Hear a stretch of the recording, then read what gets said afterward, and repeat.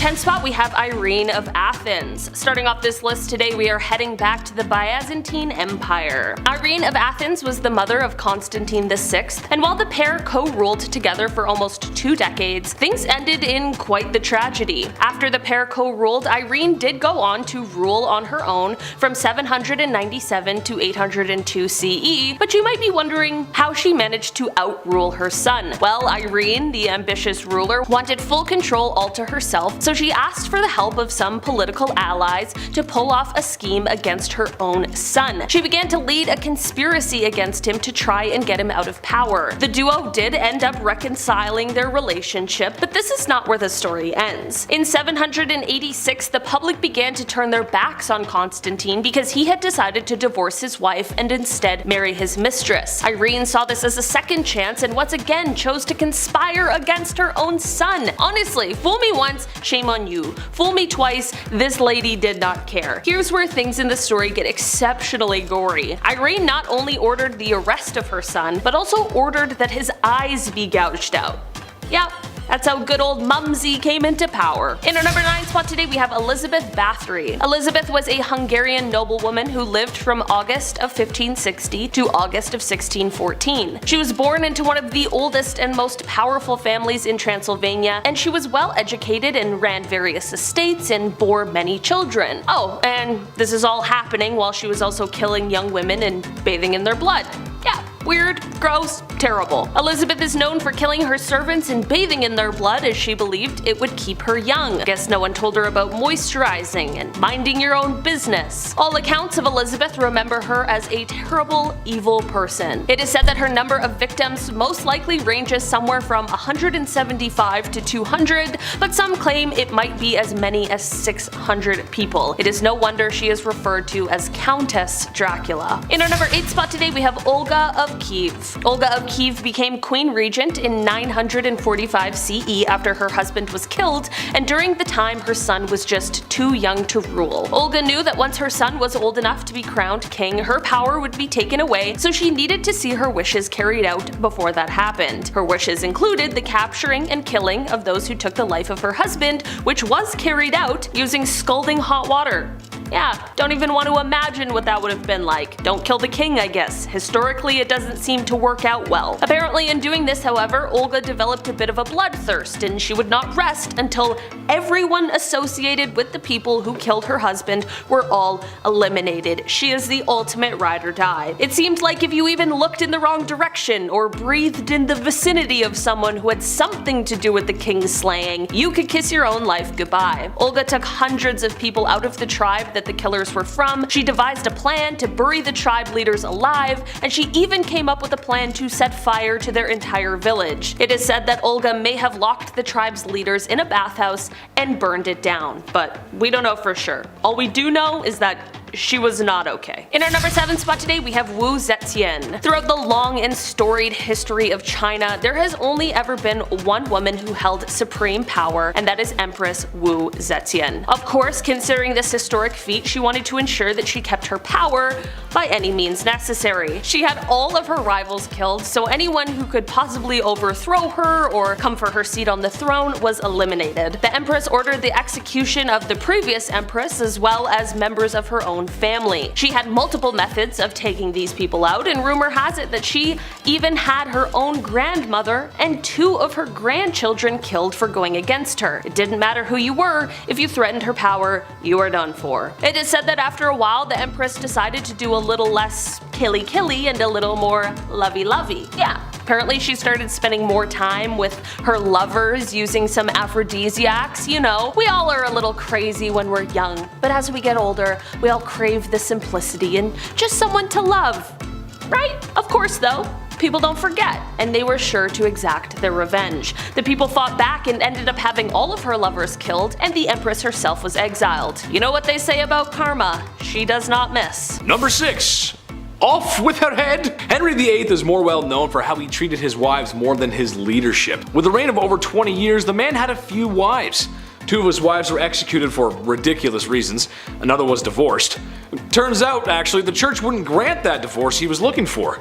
So Henry went and did the next best thing. He broke away from the Catholic Church and dissolved the monasteries, taking their wealth and redistributing it as he saw fit. Nothing is unholier than trying to get away from the church. Historians believe that his divorce actually led to the English Reformation. Number 5. Nothing left. Alexander the Great was an excellent warrior for his time. Having conquered so much at a young age is really quite impressive. His empire stretched from Greece all the way to India. For a history class or a good book, this is fine, but in reality, he was a conqueror. The places he was marching into weren't exactly happy to have spear-wielding visitors. He laid siege on multiple cities, executed those who defied him, and sold people into YouTube's least favorite S-word. Just about checks off everything a guy needs to be considered a tyrant. History remembers his conquest, but I for sure will not forget how brutal conquerors can really be. Number 4. Chop chop. While Maximilien Robespierre was not a king in the monarch sense, he did hold a lot of political power in France when the political climate was quite messy. Plus, France was at war. But even messier than that is the way he dealt with citizens who were deemed anti-revolution, by sending them to the guillotine. Within a 1-year period, he sent 17,000 people to their dooms via the National Razor, or as it became to be known. He even began practicing deism, something he called the cult of the supreme being. And if you know your history, you know that you can't get away with that forever. And with some sweet poetic justice, Robespierre was sentenced to the guillotine. Number 3. All my friends are dead. Usually when people expire, the human thing to do is bury said lifeless human. It's just what we do.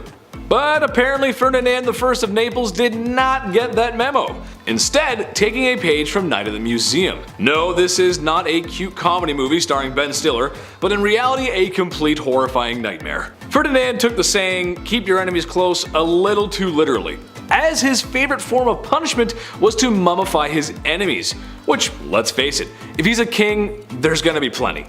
And he would like to display these mummies in what's probably the coolest place to be if you're into that weird goth stuff. He did keep some alive in the dungeon, but he much preferred his guests embalmed, where he would have them dressed up on display, just as they were before making the mistake of crossing Ferdinand. Now, what's the point of having that hardcore collection if you're not going to show it off? Well, he did. To the people he suspected of treason, which, in a place like that, treason leaves your mind pretty quick. Number 2. Average height for the time. Napoleon Bonaparte was one of the greatest military strategists of his time, maybe of all time. With full support of the French army, Napoleon found himself earning gallant victories one after another, all being accomplished at a very young age. However, after years of great success in multiple wars and kicking a lot of imperial butt, it started to go to his head. Shortly after the coup that overthrew Robespierre, Napoleon had gained enough support to claim himself as the Emperor of France. With said power, dissolved the freedom of press, reduced the rights of women, and oh yeah, he was at war with most of Europe for years to come. While his military victories cannot be understated, his rise as a tyrannical dictator makes him very unholy. Number 1. Dracula. There's been a lot of unholy things said here today, but old Vladdy takes the cake. What he lacked in land and power, he made up for in his brutality. As the legends go, Vlad was creative in his punishments, and was well noted for his human art pieces. And by art, I mean impaling his enemy on pikes, sometimes through their rear ends, and leaving them as warnings for anyone who dared cross him. Similar to the time visiting envoys wouldn't remove their hats as it is to do in tradition, so Vlad had their hats nailed to their skulls, so that they may never remove them. There are a few other stories that are just too hot for YouTube, but I think he's a textbook example of unholy. He may also be the inspiration for Dracula. Imagine being that much of a monster one is created in your likeness. I mean, just looking at the painting of this guy creeps me out, man. Whoa! Number 10. Marie Antoinette. I wonder what it must have been like to be the Queen of France. To sit in a palace and eat all those delicious foods that your cooks can make while the peasants outside struggle to eat, and sing about bread for some reason. I don't know, Les Mis reference. It's a life of beauty, balls, and not listening to what the stinky peasants outside have to say. Except that's the very reason why Marie Antoinette was the last queen of France. You can only spend so much time and money on your exuberant lifestyle before the people get fed up. I mean, these people have nothing. It's kind of difficult to control people when they don't even have food at home. They let the queen know how upset they were when they decided to remove her head from her body. Number 9. Bloody Mary, Bloody Mary, Bloody Mary. Sometimes it's just in the name, isn't it? Like Mario, you know that he's an Italian plumber. Or Luigi, you can tell that that's an Italian plumber's brother. And King Dedede. king of the DDDs or something. I don't know. Okay, maybe the names don't always give it away, but Bloody Mary does. Most known for her liberal use of the wooden stake and the whole burning folks alive thing. I wish I could tell you it was for barbecue, but it was actually for some more serious religious persecution and reformation. The Catholic Church was hot, but the witches and heretics burning at the stake were hotter. No cap. Number 8, Reina Valona of Madagascar. This one is a new one for me. Didn't know about this, but here we go. So basically, Queen Reina I'm just gonna call her Queen Ravioli because I can't pronounce it. Basically, Queen Ravioli takes over from her past husband. She says to herself, how can I make things better? Oh, I know. How about I become a ruthless, bloodthirsty, unaliving tyrant? Great idea, right? Yes, very not great success. Yes, unfortunately she did many heinous things. Something I found out to be particularly interesting, however, was her destroying the many good things her husband had set up before her. Madagascar had some European intervention, and while it's true that a lot of times that is a bad thing, and yeah, it's a bad thing, and it does bring some bad stuff with it, however, it also brings a lot of good things with it. In Madagascar's case, it was markets, modern schools, trade, and diplomacy with Europe, and that's good. Money's good, you like that. Well, the Queen wasn't having any of that, so she reformed. And by that I mean she repressed and unalived people. Number 7, Empress Irene. Kings, queens, emperors, and empresses. Chances are these folks are related. It's a family thing. E mia familia, you know what I mean? It's how it goes when you're the king, and you need a son to continue the lineage. Even though I would like to argue that if you're gone, you're gone. So who really cares who's taken over? Just my opinion. Speaking of eye gouging, oh wait, I didn't mention that before. I made a segue, but okay, that's alright, bad segue. Well, the topic of discussion here is Empress Irene. Basically, her son was taking too much power for himself. She was losing hers, and yada yada, and his eyes were gouged out from 2 guards, ordered by his dear, sweet mother. Can you blame her though? I mean, come on, he was threatening her rule. She worked so hard to get there. The chief was just silent on this one. Chief had no words for that one, guys. No words. In our number 6 spot today, we have Mary I. Queen Mary I didn't get the nickname Bloody Mary from nowhere. Oh no, this name was certainly earned. Mary was a Catholic queen in a Protestant country, which, as you can imagine, was quite problematic when she ascended the throne of England in 1553. Although her reign only lasted 5 years, she made a mark on history in a multitude of ways. She was the first true Queen of England, and she was quite a vicious ruler. During her time as queen, Mary announced a war against Protestantism, which left many who belonged to the religion being charged with heresy. Doesn't sound all that bad until you learn that at the time the usual sentence for heresy was to be burned at the stake. Nice. Mary was responsible for the burning of over 300 Protestants during her time as queen, which unsurprisingly left her quite unpopular. In our number 5 spot today, we have Caterina de' Medici. Caterina was an Italian noblewoman born into a famous family. She was Queen of France from 1547 to 1559 with marriage to King Henry II, and she was the mother of 4 future French kings. It wasn't exactly surprising news that her husband, Henry II, had a lifelong affair with a mistress, but on his deathbed, when he was begging to see his mistress, Caterina refused and left him to die a lonely and painful death. Do I entirely blame her?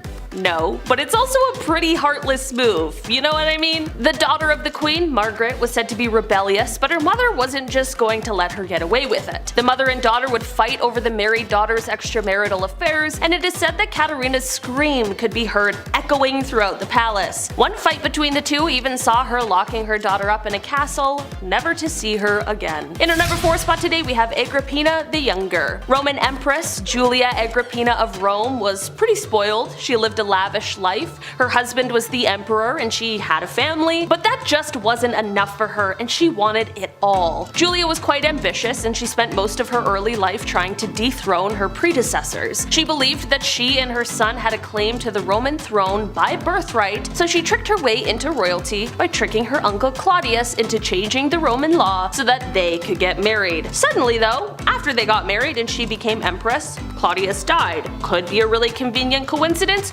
or it could have been a totally planned hit. I'm not accusing anyone, I'm just telling you what the word on the street is. She and her son Nero went on to rule Rome from 49 to 54 CE. Julia stayed by her son's side for as long as she could so that she could hold on to her power, but eventually Nero got tired of his mother manipulating him and he had to force her out of power. Julia, as you could imagine, was furious because power was the one thing in the world she desired the most, and so she rallied a group of supporters to try and overthrow him, but the plans backfired and she was expelled instead. In our number 3 spot today we have Maria Eleonora. Maria of Brandenburg, the Queen of Sweden, has quite a horrifying story that relates to the birth of her daughter. Apparently, Maria wasn't feeling the overwhelming joy of childbirth because although she was hoping for a son, she gave birth to a daughter, Queen Christina. Maria wasn't shy about her opinion. She apparently screamed that she was given a dark and ugly daughter with black eyes. Okay, it's kinda rude. She referred to her new child as a monster and apparently just absolutely did not want anything to do with Christina and would have rathered that she just didn't exist. Apparently, she even placed Christina to sleep next to the corpse of her father who had passed away. It's like a different kind of messed up. Things clearly weren't right with Maria. In our number 2 spot today we have Queen Isabella. Isabella co-ruled Spain from 1451 to 1504 with King Ferdinand II, and during her reign she had some pretty horrific views and feelings. She wanted to get rid of all Spanish Muslims and Jewish people from her kingdom. Sounds a bit like another evil ruler from history. In 1492, she ordered that all Jewish people either convert to Catholicism or get thrown out of the kingdom. She made them all come to Spanish court to either pledge their faith to Catholicism or get exiled from Spain. How horrible is that? The queen has also been attributed with establishing the Spanish Inquisition, which definitely is not a historical highlight. Both Isabella and Ferdinand are often said to have done great things for Spain, which in some cases is true, but at what cost and for what reason? In our number 1 spot today we have Rana Valona I, the last queen of Madagascar. She ruled the kingdom for 33 years from 1828 until 1861. There is no doubt that she was committed to her kingdom and that she would do anything for it, but in this plight she was cruel and violent. She initially came to power after the death of her husband, and once she had it, she was not letting it go. The queen was able to keep away the advances of the French and British, and she left the bodies of those who tried to attack out for display on the beach. In 1845, the queen ordered 50,000 subjects to build roads across the jungle for 4 months. They were meant to have this massive buffalo hunt. Well, she clearly wasn't thinking everything through because 10,000 of those poor souls died of starvation and exhaustion, and not one buffalo was hunted. Some records of history state that she even had her own uncle executed in order to protect her power, and there is an even more gruesome story. Some people even state that she ended her own mother's life by starving her to death. That is some epic level of evil, if it's true. Kicking off the list at number 10, a goodnight kiss. We'll start off funny, okay? History can be funny sometimes, even when it's not meant to be, and it's meant to be completely serious. I can't help but read this information and laugh. Royals were sweating constantly about people trying to take them out, of course. I mentioned Boy Jones on here a few times. That guy stalked the queen over and over for years. Historically, these royals have been on the lookout for enemies, and the way that they prevent these attacks, yeah, sometimes it can be a little funny. Like the kissing sheets, for example. Have you heard about this weird position in the castle? What an odd job this is. A great deal of monarchs hired taste testers to make sure nobody poisoned their ale, which is, pretty lousy job there. Either having a good day or a bad day, no in between. But they also had a guy kiss the king's sheets every day. He just kissed the entire bed. The king size, may I remind you, massive bed. King Henry VIII, this guy hired somebody to literally just go in, get snuggled up, and just make sure the king's bed wasn't poisoned. There's nothing on it that's gonna make the skin go all ouchy. But he would just get in his bed and just go to sleep for a bit. You are required to make the king's bed every morning, of course, and before he gets back in, you gotta get in and kiss that bed, man. You gotta kiss that bed real good. Mwah, mwah, let's go. Mwah. All right, time to clock out for the day. Mwah, one more for good luck. Clothes as well, that was touched. Maybe not kissed, but it was for sure worn and touched. It's so weird. Guys wearing my clothes in my bed. No way, I'd rather get poisoned. Like, yo, take my jeans off. Who is that guy? Get back here. Like, imagine marrying that king and it's like, oh, hang on, before we get snugged in, this guy has to go and kiss your sheets. She's like, ew, what? Why does my sheets smell like breath? Everything smells like breath. Number 9, enemas. We gotta talk about perhaps one of the worst sights to see in the household. Back in the olden days, enemas were the talk of the town. Well, rather, the palace. Like most things in the 1400s, only the rich could afford the enema supplies, specifically King Louis XIV. Guy loved enemas. Just big old fan of enemas. It's believed that over the course of his life, Louis XIV received thousands of enemas. Thousands. It's a lot of decimals. Decimals for enemas. In just 1 year, Louis received 212 enemas. Like, guy, that's like 112 too much, I'd say. I don't know. He would always take it a step further, and dare I say, a step fancier, by using almond milk for the enemas. Imagine being married to a guy and he pulls out almond milk and you're like, oh no, not again, come on, Louis, please, I just ate. Number 8, no bathing in this house. Bathing in the olden days wasn't fully understood, if that makes any sense. Like in a medical book, in an official 16th century medical book, the medical advice was, use not baths or stews, nor sweat too much, for all openeth the pores of a man's body, and maketh the venomous air to enter, and for to infect the blood. First of all, What? What does it even mean? Why is every shred of medical knowledge always written in riddles? God forbid you have bronchitis in the 16th century. A doctor would just be like, yes, just a drop of ale and a witch's flick and you'll be on your way. Like, what? Do you have any halls? Help me. Help me, dude. No, I'm just mad. Bro, I have pneumonia. I need medicine. So of course they thought that taking a bath would make you sick. Of course. So King James IV, apparently this guy never took a bath in his life. And his hygiene was so bad that he would sometimes pass lice to others just by being in the same room that he was earlier. So not at the same time, he would come in, do his king stuff, leave, and the lice would be like, pew! And they would just wait in that room and get on someone else. That's so gross. That's horrible. Lice would emit off this man. He's like the stinky kid from Charlie Brown with the stinky cloud. That's just like lice around this guy. Margaret Tudor was married to King James. Yeah, must have loved the no bathing thing, eh? Oh boy. Number 7, Queen Caroline. Queen Caroline. Ba ba ba. She went out in a horrible way. We can't sing about her. History remembers Queen Caroline for the way that she went out. It was bad. It was actually written down in an epigram attributed to the 18th century poet Alexander Pope. Here lies wrapped up in 40,000 towels, the only proof that Caroline had bowels. Again, it rhymes. Why is everything rhyming? This is so awful. Who can be like, yeah, write that down, that's good, that's good. Wait. It does rhyme, that's good, that checks out. Rest in peace. My gosh, her husband, he was certainly no help at all. Caroline was previously married to George IV, and this guy locked her out of Westminster on Coronation Day. So yeah, she went out in a horrible way, but let's not forget the marriage that came beforehand. That wasn't pleasant either. Nothing in this guy or this marriage was pleasant. Number 6, Fu Hao. Another woman in history married to a man in the stinky patriarchy. Worst! Except Fu Hao didn't want to be wife 57 of 64. She wanted more than that. And to be honest, I think that's fair. You go, girl. Who wants to be wife 57 of 64? Maybe some people in Utah, I don't know. What's maybe slightly more unholy than having that many wives is going on an epic military campaign and raging war in the Shang dynasty. A warrior queen, if you will. We know some of this history based on her tomb, as she was buried with ceremonial weapons, knives, blades, swords, some dogs, some human sacrifices, gold, money, jade, and lots of other valuable goodies. Just makes you want to loot all the stuff in there, doesn't it? I mean, jade's pretty cool. This was a common practice amongst male warriors back then, but you know what? Good for her and all that unaliving. Way to go, sister. I like it. Very nice. Okay. Number 5, Tamiris. Honestly, every time I face her in Civilization 6, it just ends badly. I'll spend a few turns building my economy or maybe organizing some troops, and I look back over at her cities and she's already amassed a massive army and is ahead in science.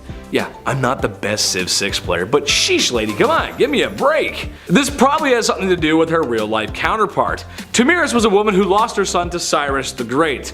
So she said to herself, I don't know what's so great about this Cyrus guy. There's a Trailer Park Boys reference in there somewhere. Just imagine Ricky telling Cyrus off. I don't know, you gotta find it. Basically, after losing her son, she gathered the troops and commenced battle. The almighty Cyrus met his end, which, given how the way women were treated back then, probably didn't go over too well with PR. Yeah, She got her revenge though. Number 4, the Trung sisters. The Trung sisters are double trouble. You're getting 2 queens at once here. China was being down bad and trying to conquer some things that maybe they shouldn't have. Naughty, no. The Trung sisters came to answer the call. These girls are actually revered as heroes still today in Vietnam. But what they were able to do for so long was very impressive. China had a very impressive army, no surprise there, and Vietnam was a much smaller country, or kingdom I guess you'd say, and their army was not as impressive. But the sisters managed to hold them off for 3 years. 3 years with their forces. That is crazy good. That is very impressive, and perhaps a lot of bloodshed too. Sadly, the sisters waded off into the waters before they could be captured, because after that long fighting, I wouldn't want to be captured either. Number 3, Grace O'Malley. Avasi landlubbers, ye be looking for Grace O'Malley. Well then ye come to the right place, sir. Thank you, thank you. That is my private impression. I will be here all week. Bad impressions aside, Grace O'Malley wasn't a traditional queen to be fair, but what she didn't have in regular queen qualities, she did make up for that in being a badass pirate. Nice. This is another one where I'm gonna ask Hollywood for a movie, please. Irish pirate queen? Come on guys, that's just a movie begging to be made. Grace O'Malley was a fierce pirate from the age of 11 and a wise woman who ruled the seas after her father's passing. I don't really have much to say after that, to be honest. I'll just wait for Hollywood to make their move. And maybe you can cast me in there. And I can put on some long red hair and some boots and I could swim and just put the red hair on me right now. I just look so good. Number 2, Queen Victoria. Okay, hear me out on this one. This one has more to do with their lineage per se than her, but it's her somewhat to blame. Okay, so Tsar Nicholas II of Russia, King George V of Britain, and Wilhelm Kaiser II of Germany were all first cousins. Their grandma was Queen Victoria. What? I know, right? Isn't that weird? Yeah, it's weird. Imagine how crazy your bloodline has to be for that. And, you know, the fact that during World War I, all 3 of these cousins were at war with each other. I mean, that's just insane. I mean, families fight, sure, but come on, man. Get the mustard gas off the table, bro. Come on. That's cheap. Just don't. Number 1, my mom. My mom. I love her so much. She's the best. But man, sometimes, she's so unfair. I had to do chores when I was a kid, and I had to put down the toilet seat, and worst of all, she made me put the little toothpaste back in the tube when I was done with it. I mean, come on, right? Not like she ever did anything for me, like birth me, feed me, raise me, clothe me, and love me unconditionally. And now I gotta make my bed? This is the worst day ever! I'm sure no other cute boy with blue eyes like me ever had this problem. Ugh! Number 10, Girl Troubles. Maria Eleonora of Brandenburg was a kind and loving mother, so long as you were a boy. Unfortunately for the royal mom, she had a great difficulty giving birth to a male heir. So when her daughter Christina was born, Maria proclaimed that she was given a dark and ugly daughter, with black eyes. Eleonora often called her a monster. Oh yeah, and she did try to kill her on several occasions. Nothing says mental stability like blaming your daughter for being a daughter, and not more like a son, because the male-dominated patriarchy that is royal society has no effect on this, right? Number 9, Eyes on Irene. Irene was born into nobility and worked her way up the royal hierarchy. So why is Irene on this list? That's because she's probably the worst mother ever. When her son Constantine grew into adulthood, he made efforts to sideline his mother and challenge her position as a ruler. Irene, feeling some angry mom energy, retaliated in probably the worst way. In 797, Irene organized the capture of her son, and when he tried to escape, ordered that his eyes be gouged out. Constantine would later die of his injuries. Listen, I've had my fair share of minutes clocked out in the timeout corner. You can ask any one of my teachers, they'll tell you. And maybe even a few times today I should be put in the timeout corner too. But holy shit, mom, eye gouging? I ain't that bad. Sheesh. Number 8. No cake for you. Marie Antoinette was the last queen of France, and for good reason. To make a long story short, she was part of the upper class nobility who benefited from the poor and overworked. When in a time of economic ruin, she still found a way to live a life of excess, while literally everyone else suffered. Spending all of France's money on completely ridiculous items, even by Lady Gaga standards, she jokingly became known as Madame Deficit. Eventually, she would be executed in the Revolution. The expression "let them eat cake" was most likely not said by her or by anyone, but regardless if it was, it's a statement to show the complete disconnect and ignorance the nobility had when understanding just how bad things were for the working class. They most likely didn't care either. People were starving and putting heads on pikes. Do you really think they had time for cake, your highness? Oh, to be as beautiful and ignorant as an 18th century queen. Number 7. Lovers touch. Some couples flourish, others fizzle out. Some keep their privacy and others like to make out in the hallways, right in front of everyone. Yeah, you know the ones. It's always by a classroom you have to walk by, or it's by your locker. Joanna of Castile leans more towards awkward locker makeouts. It's speculated that she may have had some form of mental illness. After her mother fell ill, she was reported not to be eating or sleeping, which doesn't sound that bad actually. She was also a very envious person who oftentimes expressed her distaste for her husband's mistresses, reportedly attacking one on occasion, which again, doesn't sound that bad. And when her husband died of illness, she kept very close to the man's body and traveled over 600 kilometers with it, where he was to be buried, where she would often open the casket and embrace the cadaver, and kiss him. Oh, okay, that's where the unholiness is, gotcha. I know medical knowledge wasn't great, but if your husband died of an illness, you couldn't seriously think that kissing him was a good idea. This is like the third royal I've come across that has a fixation on corpses. Sometimes you just gotta let the dead be dead, man. Number 6. Henry VIII. Of course he's back. He had 6 wives and it was pretty much entirely bad for all of them, yeah. It was the late 1400s. Henry took the throne in 1509. This guy was only 17 years old when all this madness began to unfold. Only days after the execution of Anne, who I mentioned on part 1 of this list, so days after he married his third wife, Jane Seymour. Anne Boleyn and Jane Seymour's mothers were first cousins, so they were close, and during all of this, they of course went head to head more than once. Jane died shortly after giving birth to Edward VI on October 12, 1537. I can't mention King Henry's wives and leave a couple out. This is just a history channel. We have to mention all of them, okay? Number 5. George V.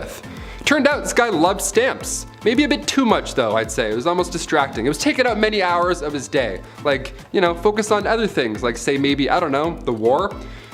King George V continued to collect stamps during World War I. Everyone's trying to stay alive. George is just in the background like...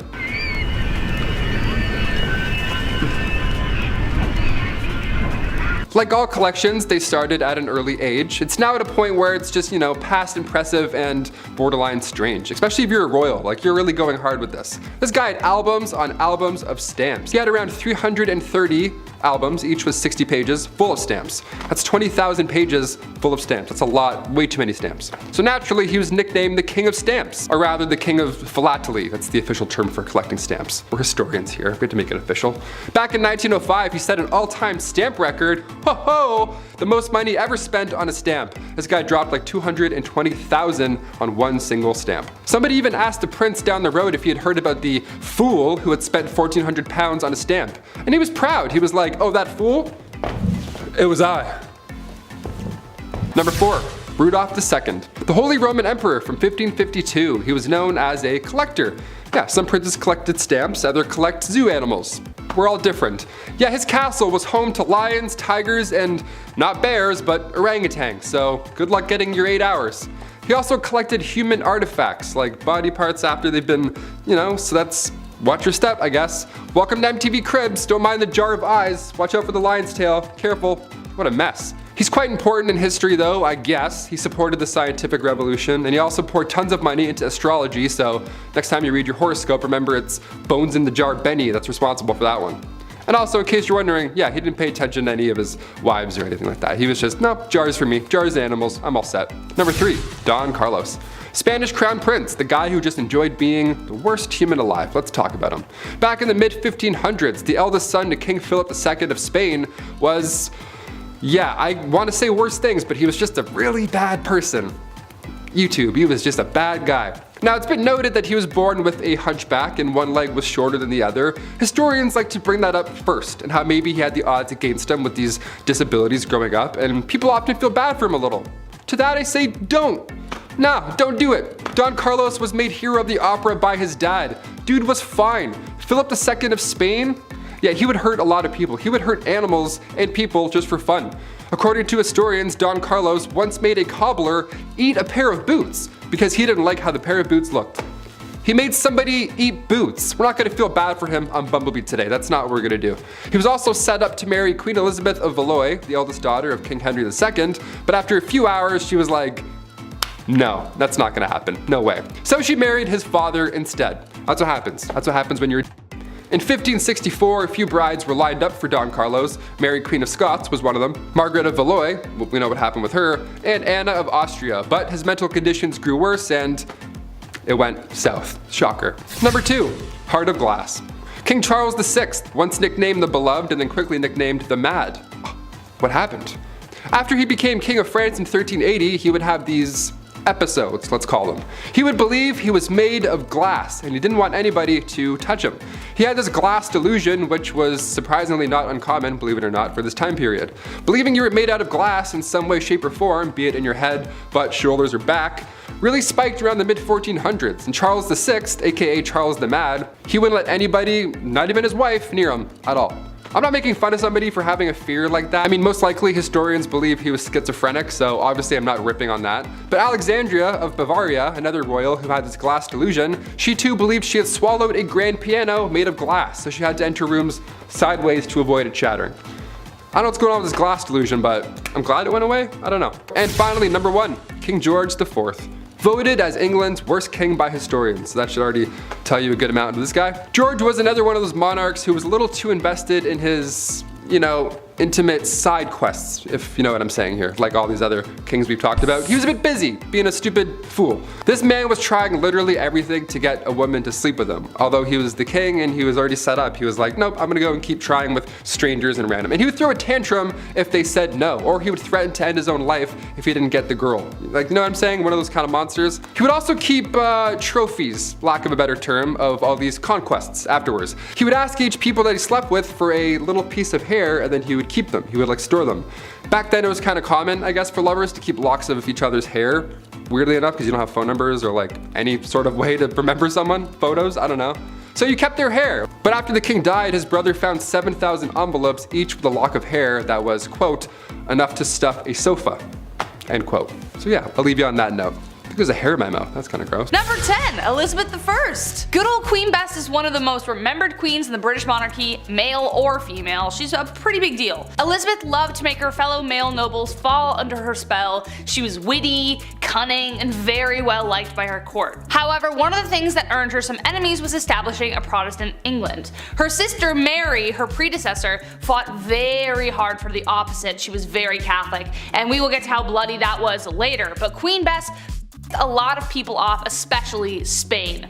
She was supposed to marry the Catholic Spanish king after her sister passed, but she turned him down. This led to a conflict between Protestant England and Catholic Spain, but her navy defeated the Spanish Armada in 1588. Mary, Queen of Scots, laid claim to the English throne and was one of Lizzie's greatest internal threats. Mary was a Catholic, which made all the Catholics of England back her. Mary was also presumed to be behind several assassination attempts against the Queen. Finally, Queen Elizabeth had to take action, and after keeping her cousin hostage for 20 years, she finally had to have her executed. And we'll talk more about her later. Number 9, Catherine the Great. So Catherine the Great was called the Great for a reason. She was a pretty epic woman by most accounts. She even had one of the first vaccines, which is pretty crazy. Though she wasn't actually born in Russia or even Russian at all, Catherine was not content to go down in history quietly. She considered herself an enlightened ruler, and history tends to agree, with aims of prioritizing education for the people. She had many lovers, and there is enough evidence to suggest that the son she had was illegitimate. Peter III of Russia was hardly the man Catherine intended on marrying, and later planned a coup against him, which resulted in her position of power. However, the coup did turn bloody when on July 17th, Peter died under mysterious circumstances. There isn't proof that she was directly involved or even knew about it, but it cast a dark shadow over her reign for the rest of the time. Number 8, Grace O'Malley. We've got enough traditional royalty on this list that we definitely need to spice it up. Enter Grace O'Malley, the Pirate Queen of Ireland. Pirate Spirit Queen! What a title. Definitely considered unholy behavior, Grace abandoned the traditions of women of the time and fled to the sea. There, she took on the waves and perils of Davy Jones' locker with a legendary ferocity. She was born into the Clan O'Malley around 1530, around the time of Henry VIII's rule over England and Ireland. Clan O'Malley was a notorious seafaring clan and ruled the southern shore of Clew Bay, Achilleland, and most of the barony of Murrisk for over 300 years. Grace was really well educated and could even converse fully in Latin, Spanish, Scottish, Gaelic, and French. She was not one to be refused, and after spending years fighting the British, she finally met Queen Bess, and not only did she speak Latin to her, but she refused to bow as she was considered a queen herself by that point. Number 7, Mary Queen of Scots. I told you I was gonna bring her up. A name you will recognize as I've already mentioned her before, but in terms of who the villain in that story is, it depends on which side you're telling the story on. Mary's story is full of tragedy, romance, betrayal, loss, and heartbreak. Unlike Lizzie, Mary was a dedicated Catholic and spent the entirety of her reign trying to gather the Catholics against Elizabeth. She had a series of marriages and relationships that led to tragedy every which way she went. Her first husband, the Dauphin of France, died shortly after their marriage. Her second husband she loved until he became a drunkard, and then she just started running things. But he was mysteriously unalived while she was 6 months pregnant. He was inside a building that exploded, but his body landed outside and it turned out he was strangled, so what happened there? She would later give birth to 2 stillborn sons, but she would have sons later on. She would have a son who would inherit the throne after Elizabeth's death, but it was due to Mary's plotting and scheming that eventually ended her in death. So she did actually plot to kill Elizabeth. So that's a pretty unholy deed, I would say. Number 6. Who are you gonna call? Queen Maria I of Portugal might have actually been insane. And no, not like come on down to my local car dealership, these prices are insane. More like the Joker on a magic white powder that shan't be named just in case. I don't want to make you too big angy. She was known for ranting and raving, screaming that she had been damned. Perhaps it was phantoms of the night demonizing the poor soul. In attempts to cure her madness, such advanced scientific treatments like bloodletting and enemas were tried in order to cure her. The enema kinda makes sense. Maybe she's a little blocked up, it happens, I don't know. There were other attempts to cure her of her madness, but nothing seemed to work. While her first years in power were good, no one was ready for what they got afterwards. Hi, yes, I'm calling from the royal court. We think the queen needs an exorcism. Yeah, we tried that. Yeah, we tried that too. Yes, and we did try the tried and true method of enema, yes. How soon can you get here? Oh, okay, perfect. Yep. Yes, I am available between the hours of 8 to 5. Number 5. A2 Brute. Agrippina of Rome was like many mothers, in the sense that she would do anything for her kids. I'm sure every mom at home watching would scheme and slaughter their way through Roman nobility in order for her son to become emperor, right? I mean, come on, it's for the family after all. She only did it a few times, and seized the wealth of nobles, which further solidified her powerful position. And her son, her beautiful baby boy Nero. How did the young lad return the favor of all this bloodthirst and treachery? Like mother, like son. Chose to fatally remove her of her power. What a nice family story right there. My mom usually just makes turkey with the stuffing, but maybe I can ask for the Roman throne this Christmas. Mom! Number 4. Revenge. Boudica was the wife of a man who had spent his time serving the Roman Empire. So when a deal was altered Darth Vader style by the Romans over what would happen to her husband's kingdom, she was pissed. Karen pissed. To be fair, she did have a point. They did unsavory and unholy things to her and her daughters. Plus, the Romans totally lied about not annexing their kingdom. Okay, so now it was time for some revenge. She gathered all the people she could and went on the attack. The Romans surprisingly did not fare that well. Boudica was having such good luck she decided to burn London down. Of course, no civilians were harmed in the process. I'm just kidding, a lot of people probably didn't do too well as humans can't live in fire. Sure, she was owed some revenge, but burning down a whole city? That's a lot. The Romans did eventually catch up, and she was forced to drink poison in order to avoid capture. She is remembered as somewhat of a hero to some. Number 3.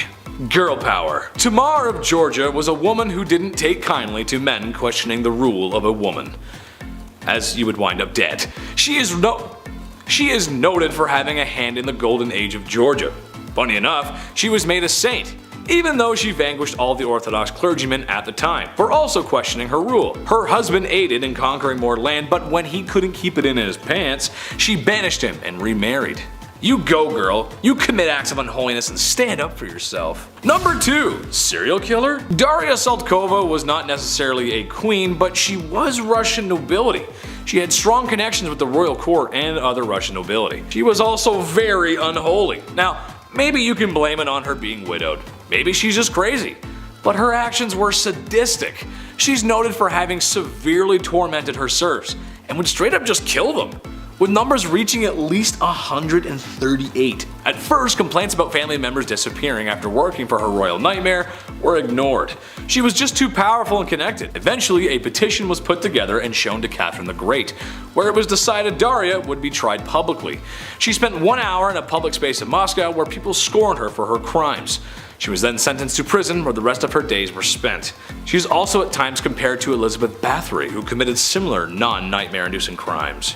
Just kidding, they were an absolute nightmare. Number 1. Her Royalness Queen Elizabeth II. Queen Elizabeth II may be the modern Queen of England, but that does not make her free of controversy and unholiness. If you are to believe in conspiracy theories, then perhaps old Blighty had a hand in a few things that to a normal person would be considered immoral. The death of Princess Diana immediately comes to mind, as there is some evidence to suggest the family is behind it, and her being the queen and all, it's easy to make the connection. But perhaps the most unholy crime ever committed, apparently the queen likes her sandwiches with the crust cut off. Imagine all the extra time needed to trim the crust off every sandwich. I want to talk to HR just thinking about all the extra work. But maybe you can cut the crust off of mine? Don't tell anyone though.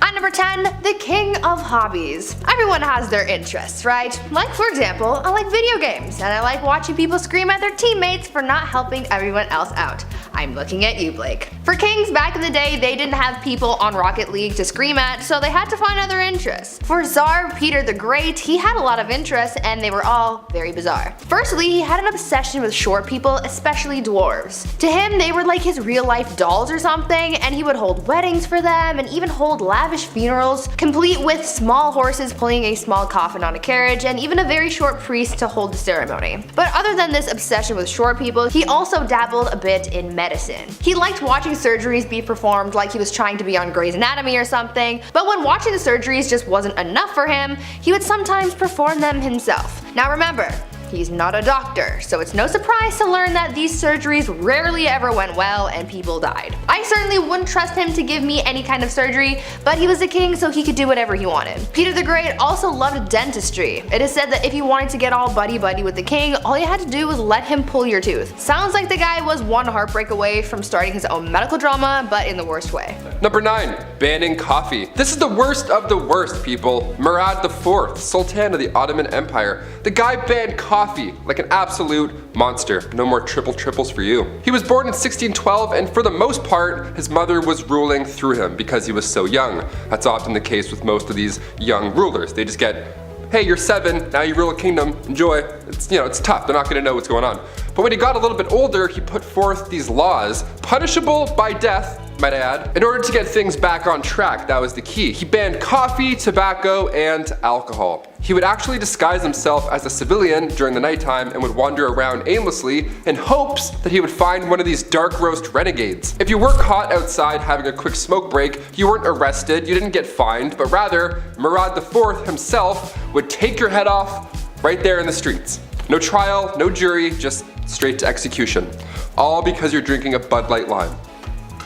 At number 8, why you mad? Now this could be a bit of a controversial opinion, but if your name includes the words the mad, I would assume that you're not doing too great, right? I mean, you have to earn that title, and if it's a title that harsh, that simply begs the question, what in the HE double hockey sticks did you do to get that name? Well, for Charles the Mad, he did a lot. Charles became king when he was only 11 years old, so that certainly didn't help his development, and knowing this kind of helps explain a lot of his actions. He was known for getting really angry and throwing fits of rage, and was known to give people the gift of the big sleep, if you know what I mean. Charles didn't always kill people though, only sometimes. Other times he liked to switch things up. Sometimes he would run around his palace pretending to be a wolf. Other times he would go through phases where he just really didn't want to keep up with his personal hygiene, and he would get It's so gross that he literally had to be cut out of his own clothes. Now, I don't know how long you have to go without bathing to get to that point, but really I don't think I want to know the answer to that question. Charles also thought that he was made of glass, and so he would go through phases where he would sit completely still so that he didn't break.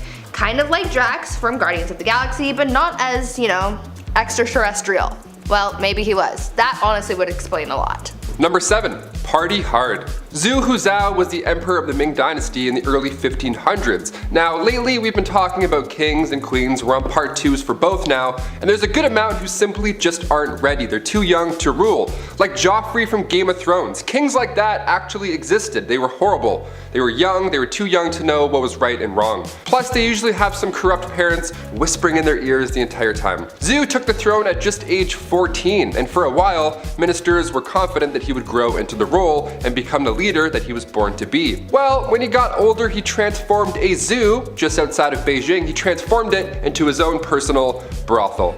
Yum. I mean, on one hand, I'm glad the animals are free, but like a zoo? You couldn't find a more romantic place? Can convert an Applebee's to a brothel, maybe? I don't know, something with AC? His final days were spent partying, and some would say a little bit too hard. He got intoxicated and fell from a boat. That's how he ended his life. Honestly, not a bad way to go out. Pretty OG. Number 6. Princess Olga of Kiev. Okay, wow, this woman. One saint you definitely don't want to mess with. Despite being a saint, Princess Olga of Kiev was actually pretty sinful. She was one of the most vicious and vengeful rulers in the history of Kievan Rus, which would later become Russia, Ukraine, and Belarus. Olga took center stage after her husband died and made sure she would never be forgotten. Her husband died in a very gruesome way by the enemies that we're going to talk about in a second. When the people who viciously unalived her husband tried to persuade her to marry their leader, they sent 20 men. Olga told them to wait in their boats, had her men dig a ditch in the meantime, and the next morning buried the men alive. She then lied and told the king she would accept his offer if he sent his best company to retrieve her. He didn't know about all that stuff yet. When they got there, she locked them in a bathhouse and torched it. But it didn't stop there. Olga didn't stop there, that's not her style. She would later host a steak dinner with her enemies in which they were staked. Very Vlad the Impaler, I know. Then she set whole villages on fire by attaching sulfur to pigeons, and then it was just crazy. Damn, like hell has no fury like a woman scorned, let me tell you. Number 5. Queen Isabella I. The Spanish Inquisition, pretty high up there as far as terrifying points in history go. If you weren't willing to convert to Catholicism, you were tormented, interrogated, and burned at the stake. Who was behind this awful time in history? This lady, Queen Isabella I. Technically, as she was fighting for a holy order for the Catholic Church, this can be seen as holy, but was it? Burning people at the stake because they didn't share this belief?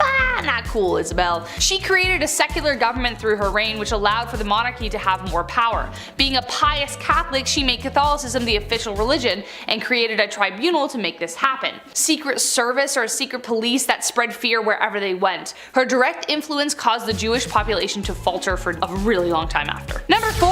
Fridegund of Soissons. Okay, maybe said that wrong, so I apologize. Kind of impressed with her rise to power. She went from slave attendant to queen.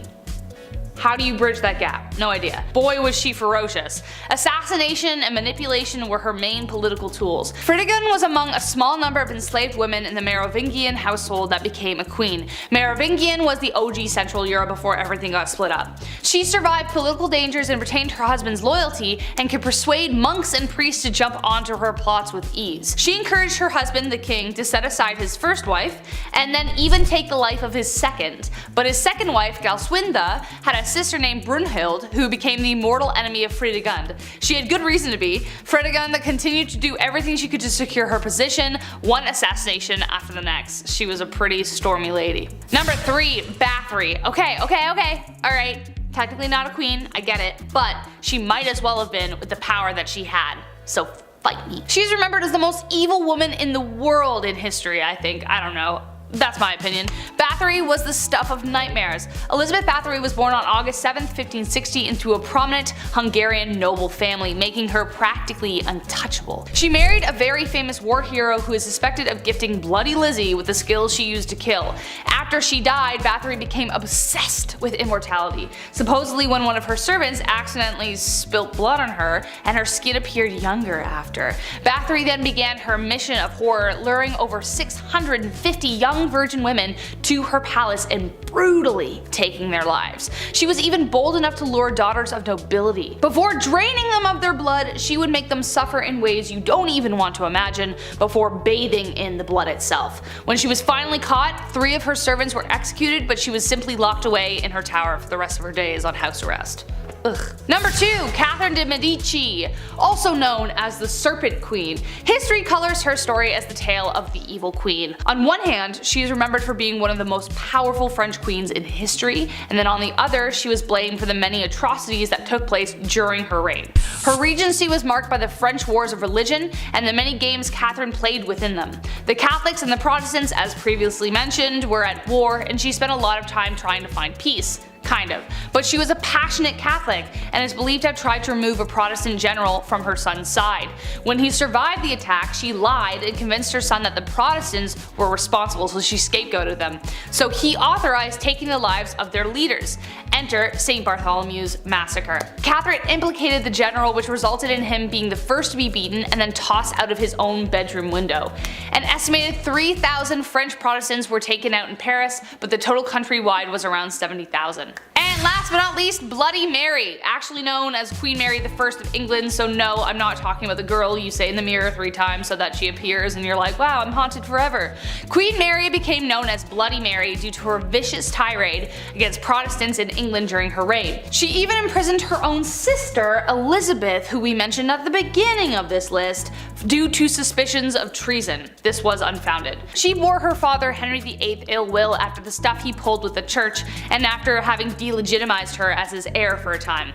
After Mary took the throne and married the Catholic King of Spain, she began carrying out her plan for England to become Catholic once again. In 1555, she revived England's heresy laws and began burning offenders at the stake, starting with her father's longtime advisor, Thomas Cranmer, the Archbishop of Canterbury. She burned over 300 convicted heretics, most of them being common citizens, and dozens more died in prison, hence giving her the name of Bloody Mary. At number 10, Blinded by Ambition. I don't know about you, but I think my favorite part of these queens lists is learning about all the wild and crazy things that queens did to keep or acquire power back in the days of old. Like, these gals were absolutely ruthless, and they weren't afraid to absolutely body anyone who stood in their way. We've heard about queens taking out enemy tribes, their husbands, and even their own family members. This all sounds like a round of Call of Duty when you're the last one on your team and you're just murking everyone in sight trying to save your own skin. Let's talk about a queen, or rather empress, who was so desperate for power that she ended up killing her own son. Irene of Athens was an empress from the Byzantine Empire who ruled from 797 to 802 CE. She started her reign as co-ruler alongside her son Emperor Constantine IV. Though it started as a good old family business, you know, saving people, hunting things. Not really. Things went south as they normally did back then. Irene wanted all the power to herself, and so she sought out to eliminate her competition, her own son. Irene lured her son into the very room that he was born in and gouged his eyes out. Like, ma'am, this is not ice cream. You can't just scoop eyeballs out and make a sundae out of them. Thank you. That's not how that works. Constantine ended up dying as a result of his injuries, and since his own heir had passed away earlier that year, the transition of power ended up going to Irene, who became emperor. Yes, emperor, not empress, because she was the sole ruler, making her the first woman to do so. Number 9. Topless duels. Yeah, you heard me. Hungarian Princess Pauline von Metternich was married to Prince Clemens, but she was born in 1836 and she had to marry her uncle when she was 20 years old. So, surprise, surprise, she was unhappy. Who knew? Weird, right? Since the marriage began, her husband was involved in numerous affairs. He liked going after actresses or singers, anyone glamorous or hot or cool. He barely paid any attention to her. That is until, you know, she started to have fun, live a life maybe. Yeah, once she got over this gross prince, she had a great time. She drank, she smoked, she partied, she defied convention, but most notably, her duel in the summer of 1892. She challenged another royal, a countess of the matter, to a duel in nothing but a corset. Now to this day, it's not yet determined who exactly won this duel, this corset poke off, but a princess dueling in the dark after some drinks, that should be a musical, not Frozen. Get out of here. At number 8, no side bays. A bad relationship can really mess you up. Anyone who's been through a bad breakup can tell you that. Not as many people carried that pain with them as much as Catherine de' Medici did back in the day. Her didn't even begin to to describe how she felt, and she really embodied the pain that she was feeling after having her heart broken. She basically turned into the type of person that was like, if I'm not happy, no one else is gonna be happy either. Catherine's husband, Henry II of France, had a mistress, and Catherine was well aware of it. They had been having an affair for basically the whole time Catherine was married to Henry, and he loved his mistress more than he ever loved his wife. When Henry was on his deathbed, his final request was to see his mistress one last time, and as a final FU to her husband, not only did she deny the mistress from visiting Henry, but she literally made him die alone with no one by his side when he kicked the bucket. On top of this hatred towards her husband though, Catherine was also an absolute B-word to her daughter as well. Catherine would fight her daughter over her romantic affairs. I guess she didn't want her daughter to be like her father. Either way, Catherine got so mad about one of her daughter's affairs that when she found out about her lover, she locked her daughter away in a castle and never saw her again. Talk about a serious grudge. Number 7. 2 for 1. When you're deemed the most beautiful woman in all the realm of England and the most loving, well, odds are you're going to need 2 husbands. All that love to give, it only makes sense. Joan of Kent was named as such, and at the age 12, so gross, she was married for the first time. She fell in love with a knight named Thomas Holland. Yeah, she dated Tom Holland, the knight Spider-Man guy. That's great. He was 26 and she was 12, still gross, but they got married in secret. She knew her parents wouldn't be on board. He was broke, and yeah, he was also 26, so for obvious reasons it had to be a little hush-hush. Even in royal standard, that's a bit odd. After the wedding, Thomas had to go off to war, and he wasn't gone for too long before, well, she remarried. The son of the Earl of Salisbury slid into her DMs, and Joan thought Tom Holland's Spider Knight was dead. Well, Thomas returned, like he did in Endgame, but they were legal issues now. Ultimately, Joan and Thomas got together and had 4 children, but after Thomas did die, Joan became the first ever Princess of Wales. So if you love someone, just, marry them. Even if the other person's still just over there, just marry them both, see what happens. At number 6, love game. A lot of kings and queens throughout history have been known to engage in the horizontal hustle a lot. I mean, when you're a ruler of a kingdom, you don't really have much to do in your spare time, so what else are you gonna do? Play a board game? No. These monarchs were getting busy all the time, but there was one king who was just so obsessed with getting a good old pickle tickle that it just became his whole personality. King Philip V was known to be a nymphomaniac, and he liked doing the deed a lot, but because at the time, the Catholic Church said that having sexy time with anyone but your spouse was a sin, the king and his wife were getting busy all the time. Eventually, his first wife caught on to how to use this to her advantage, and she would often refuse to sleep with him until she got her way with anything she suggested or demanded from him. You would think that he would catch on to this game, but maybe his urges were just so strong because he always caved and gave her what he wanted. Obviously, this man did not follow Hoodville. Absolutely not. Just to give you guys an idea of how obsessed this guy was, when his wife was on her deathbed, before she went he literally tried to get one last bang in. On her deathbed. Like, dude, not the time. Number 5, George V. We love hobbies here on Bumblebee. I mean, I used to collect special quarters growing up. I swear to God. The only time I've ever been good at saving money was when I was 12. I would see one of these and be like, don't touch it. George V turned out he loved stamps. A lot. Like a lot. Since he was a wee young lad, he was collecting these little guys. Here's the unusually impressive part about him though and his hobby. He continued to collect stamps during World War I. This guy was busy, everybody's trying to stay alive, and George is just licking stamps in the library like a prince. Like all collections, it started at an early age, and now it's at the point where it's past impressive and it's just borderline strange. This guy had albums on albums of stamps. He had around 330 albums, each with 60 pages full of stamps. Quick maths, that's like 20,000 pages full of stamps. So naturally he was nicknamed the King of Stamps, or rather the King of Philately, the official term for collecting stamps. It's a nice word. Philately. Back in 1905, he set an all-time stamp record, which I didn't even know that was the thing, and it was the most money ever spent on a single stamp. The guy dropped like 220,000 US on a single stamp. Somebody even asked the prince down the road if he had heard about this idiot who spent 1,400 pounds on a stamp, and he was proud of it. He was like, that was me, you wanna see it? The next King George is a little different, to say the least. At number 4, womanizer. I'm going to preface this by saying that George IV of England was voted as England's worst king by historians, so that should already tell you a lot about this guy. Georgie here was yet another one of those monarchs who was a little too invested in his intimate conquests, you know? Now we do know that the encounters that he was on were all consensual, so that's a plus. However, he was still creepy about it. yeah. This man tried everything to get a woman to sleep with him. He would throw a tantrum if she said no, or threaten to end his life if he didn't get to do the 8-legged nature dance, you know? Somehow, this had a pretty good success rate, even though he was not a catch at all. It feels like this was one of those situations where you kind of just give in to make him stop talking, you know?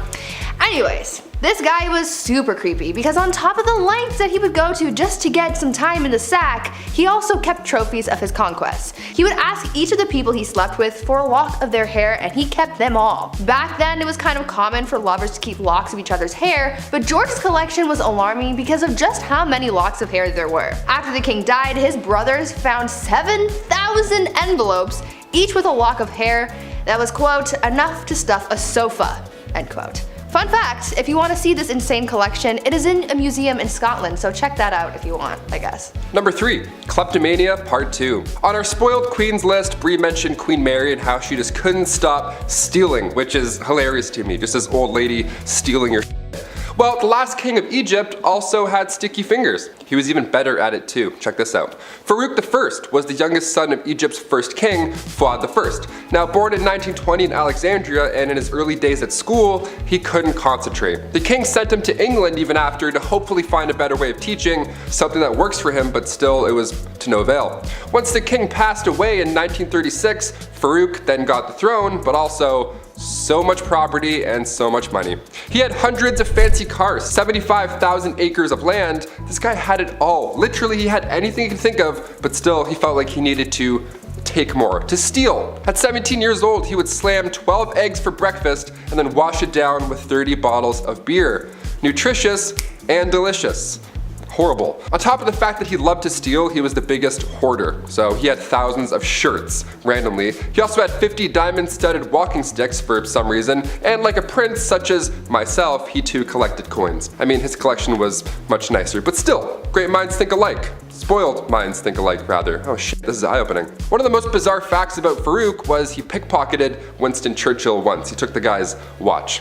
After everything I just said, he still decided to steal his watch. What a gem. We love him. Yeah. At number 2, the king of pettiness. Let's talk about a ruler that the Indian state of Alwar has described as controversial. If his own people are calling him controversial, then you know something's up, and boy, you better strap in because you're in for a wild ride with this one. Maharaja Jai Singh was pretty eccentric in a pretty dark way. He was known to have a temper and act on impulse, and he did some very questionable and downright scary things. He was known to be very competitive and hated to lose. One time, while playing polo, he and his team lost, and so in retaliation, he blamed the horse he was using and made the horse get extra crispy. He fired his horse. I'm sure you know where I'm going with that. If not, use your noodle, I don't know. Unfortunately, the cruelty towards living things didn't stop at animals, and he was also known to kidnap women from the streets and go all criminal minds on them. On a slightly lighter note, though, the Maharaja was also known to be very petty. Once he went into a Rolls-Royce dealership, and the person working there thought that he was broke and ignored him. Thinking that this was insanely rude, he bought 7 Rolls-Royces, sent them back to India, and used them to pick up garbage. This guy was really just doing the absolute most. And coming in at our number 1 spot, King Ludwig II. Home renovation shows rock my world. I can watch Love It or List It for months at a time. It's the dream, building your own home one day, and if you're a king, well, it's pretty easy to get that done. In our Spoiled Queens Part 2, I mentioned a princess that had a house made of ice, literal ice. Well, King Ludwig II had numerous castles built to resemble fairy tales. Literally, like fairy tales. I gotta admit, I kind of love this a lot. Ludwig was only 18 when he became the king of Bavaria in 1864, and then he had castles, like castles, more than one, built after he was inspired from romantic literature and spending some time at the opera. The kid was a dreamer, you gotta love it. He would spend his nights in one castle looking through a telescope at his new castle being built, so he would just watch it all night. That's like the king's way of waiting for your Amazon delivery. Just standing there, just like, oh, it's coming. 17 years and it's done. Just 4 years in, he designed his own castle, and to this day, it's one of the most photographed places in the world. Neuschwanstein Castle. Go check it out. It's literally a paradise. Number 10 in our countdown is Julia Get a Grip Agrippina. When the Emperor Claudius's wife, Melissina, became entangled in an adultery scandal, the power position of the Roman Empress was suddenly wide open in the year 49. Julia Agrippina, exiled for a conspiracy against her first husband and widowed from her second that she was believed to have poisoned, concocted a scheme. In an outrageous maneuver, she seduced her own uncle Claudius to become his fourth wife. She didn't stop there, however. She then had her uncle husband make the son she had had in her prior marriage, Nero, his heir by marrying him to his own daughter from his previous marriage. Whew, now that's quite a family tree. Taking the title Augusta, she maintained a stronghold over political and household affairs, considering herself a co-ruler to her husband. After Claudius died from eating poisoned food, which is how her prior husband died, so make the connection there, Nero became a Roman emperor and would forever change Roman history in his time of rule. However, Agrippina could only hover above her son for so long, and his annoyance of her invasiveness grew. Nero chose to assassinate his mother with a trap, a boat set forth on the Bay of Naples designed to sink. But when it did, she swam ashore. Nero changed his plans and had his soldiers invade her summer home to do the deed instead. Number 9 in our countdown may be one of our most badass queens, Empress Theodora, from street busker to top dog. Syrian-born Theodora starts her journey as an actress, dancer, and mime alongside her two sisters in the late 400s, something she abandons by age 16 to be a mistress to a Syrian official, and she travels much of North Africa with him before his maltreatment and temper made her settle down in Egypt alone, where she took up wool spinning. It was here she met Emperor Justinian and the two fell in love, and after Justinian changed some laws so that they could marry, they began co-ruling the Byzantine Empire together. So, what made her mad, you may ask? Her ideals and the smearing that they led to through history. She was historically known for supporting religious freedoms, women's rights, and the education of the masses. Her decisions, which reflected her opinions, led to the Nicaea riots of Constantinople. She intervened and was able to persuade her husband to stay. The two successfully quelled the revolt, and in turn, she made Constantinople one of the most sophisticated cities in the world and promoted women's equity. Theodora's name appears in almost all the legislation passed during the period, and she received foreign envoys and correspondence with foreign rulers. Her husband died in 1527 AD, and Theodora took sole control of the Roman Empire. Under her reign, bridges, aqueducts, and churches were built. Theodora died of cancer on June 28, 548 AD. She and Justinian are both considered saints by the Eastern Orthodox Church. The she-wolf of France is in number 8 of our countdown. Her actual name is Queen Isabella of England, and she was famously married to the closeted Edward II. Acting as a beard to someone who doesn't love you would be hard enough, but the two did also have to produce heirs together. One would be the future King Edward III. Queen Isabella was in a desolate and lonely situation, especially as her husband's two male suitors, Piers Gaveston, who he gifted her jewels to, and Hugh Despenser, who was a wildly hated extortionist, were always his preferred company. So she rounded up some spiteful nobles, first killing Gaveston by beheading, and then driving Despenser from the country and redistributing his wealth. King Edward unsurprisingly was upset and sieged against those who had contributed to the death and exile of his lovers, all whilst his wife took cover in the Tower of London. It's here she met exiled British traitor Lord Roger Mortimer and started her own affair. She had him broken out and sent to France, where she later joined him and with her son, and then sent Edward a letter that essentially said, "Suck it." The anger at having been cast aside turned into burning desire for vengeance as Isabella invaded England with her new husband and army and usurped the throne, where she and Mortimer then ruled until her son came of age and had her dethroned for her violent tendencies. She died 28 years later in retirement, and Edward III later went on to rule England for 50 remarkable years. Maria the Mad comes in at number 7 of our countdown. She was just 16 years old when she became the Princess of Brazil and the Duchess of Braganza, then their queen following the passing of her father. Brazil changed from just a Portuguese colony to a large kingdom. Brazil, the Algarves, and the United Kingdom of Portugal are 3 famous formations recorded under Maria the Mad and her son. After the death of the queen's husband/uncle in 1786, however, there was a noticeable decline in her mental health. 1788 saw the passing of her daughter, newborn son, and her closest confidant. By 1792, after the passing of her eldest son a year prior, Maria seemed to be experiencing combined symptoms of hallucinations, depression, and anxiety, all resulting from mass traumatic losses. It evolved to later include religious mania and melancholia. She started avoiding court gatherings and social or royal obligation. It was then her treatment went to Dr. Francis Willis, who tried straitjacketing, blistering, and ice baths, none of which were helpful for obvious reasons. After treatment for more than 5 years, he declared the disease was incurable. By 1792, Maria was no longer a capable ruler and deemed insane. Courts pushed her son John to take over the government ruling, but he delayed until he finally took the throne in 1799 for a truly tragic reason. There was just no longer any possibility that his mother would ever recover her senses. If the nickname Maria the Mad wasn't already taken, then this next Maria named Monarch would have snatched it up. At number 6, apple of his eye. I feel like this queen I'm about to tell you about needs to have her own movie made about her or something, because the things she did for power were almost unbelievable. I would say that I would want to be her when I grow up, but she's kind of responsible for the deaths of a lot of people, and that's not really something I'm striving for, you know? But she did have a lot of determination. I will give her that. Isabella was married to King Edward II of England, and though she was quite the catch, Isabella wasn't really all that jazzed about him. She was like, meh, I guess I'll be your wife, even though back then she really wouldn't have a choice in the matter anyway. Anyways, after 10 years of marriage and the birth of an heir, things seemed to be relatively okay between the king and queen. That is until the king started getting all buddy-buddy with his friend Hugh Despenser, who was a much hated noble. Very hated. Hated numero uno. Isabella didn't like the bromance that was forming, and she was like, no, the only person who gets the king's attention is me. So she rallied the support of the other nobles, banished the Despenser family, burned their castles to the ground, claimed their possessions, and killed anyone who supported the disgraced family. After all of that went down, she took refuge in the Tower of London, where she met a prisoner whom she smuggled to France. Then she got her husband to bring their son to France. And from there, with the support of the nobles and the common people, she was able to defeat her husband and the Despensers, and became Queen Regent until her son Edward III came of age to become king. After all of that, she finally got her way. I hope she slept well that night, because she did the most. Number 5. Rebel Princess. Princess Leia wasn't the only rebel, okay? Princess Margaret partied with rock stars during the 60s. The Queen's younger sister was known as the Rebel Princess. She was seen for years and years as this, well, bad.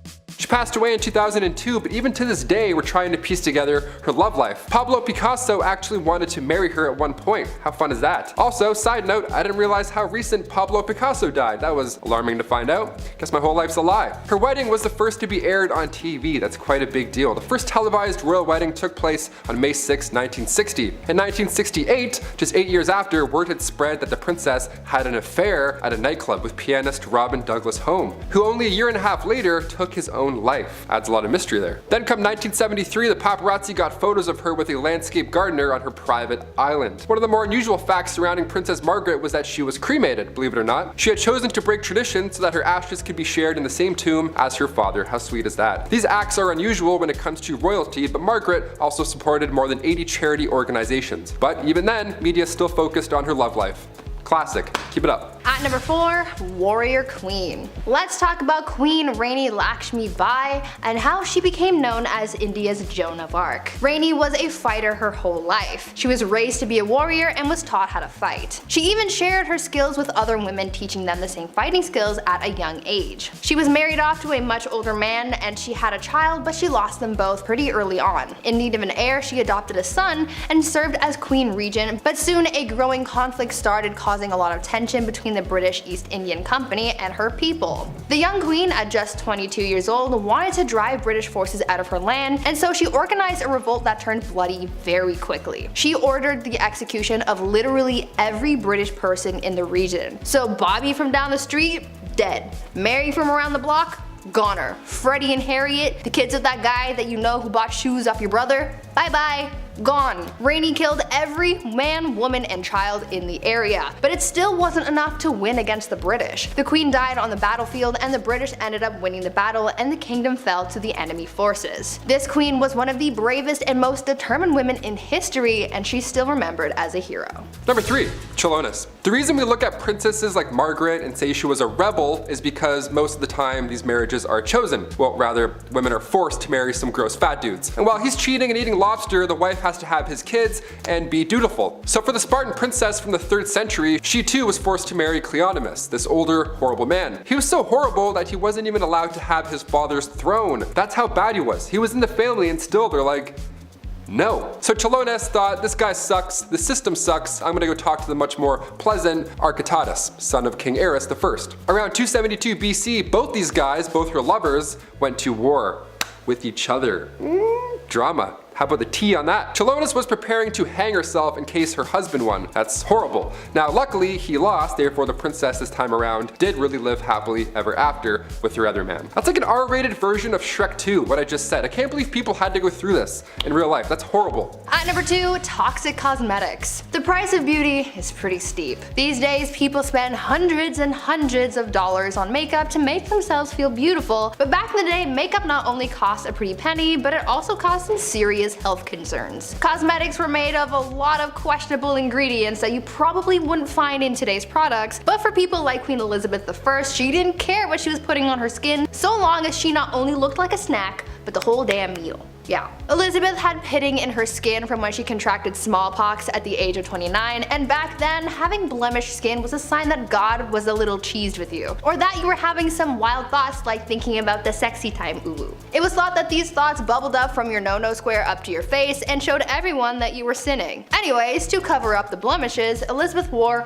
a lot of makeup, like her version of foundation, but the ingredients were really just making things worse and not better. The foundation was made with a tincture of white lead ore, vinegar, and sometimes arsenic, hydroxide, and carbonate. To add some color back to her face after applying this pasty white mask, she powdered cinnabar to her lips and cheeks, but this was pretty dangerous because it contained mercury. She did this every day, and as you can imagine, it wasn't good for her health at all. Imagine absorbing all of those chemicals through your face on a daily basis.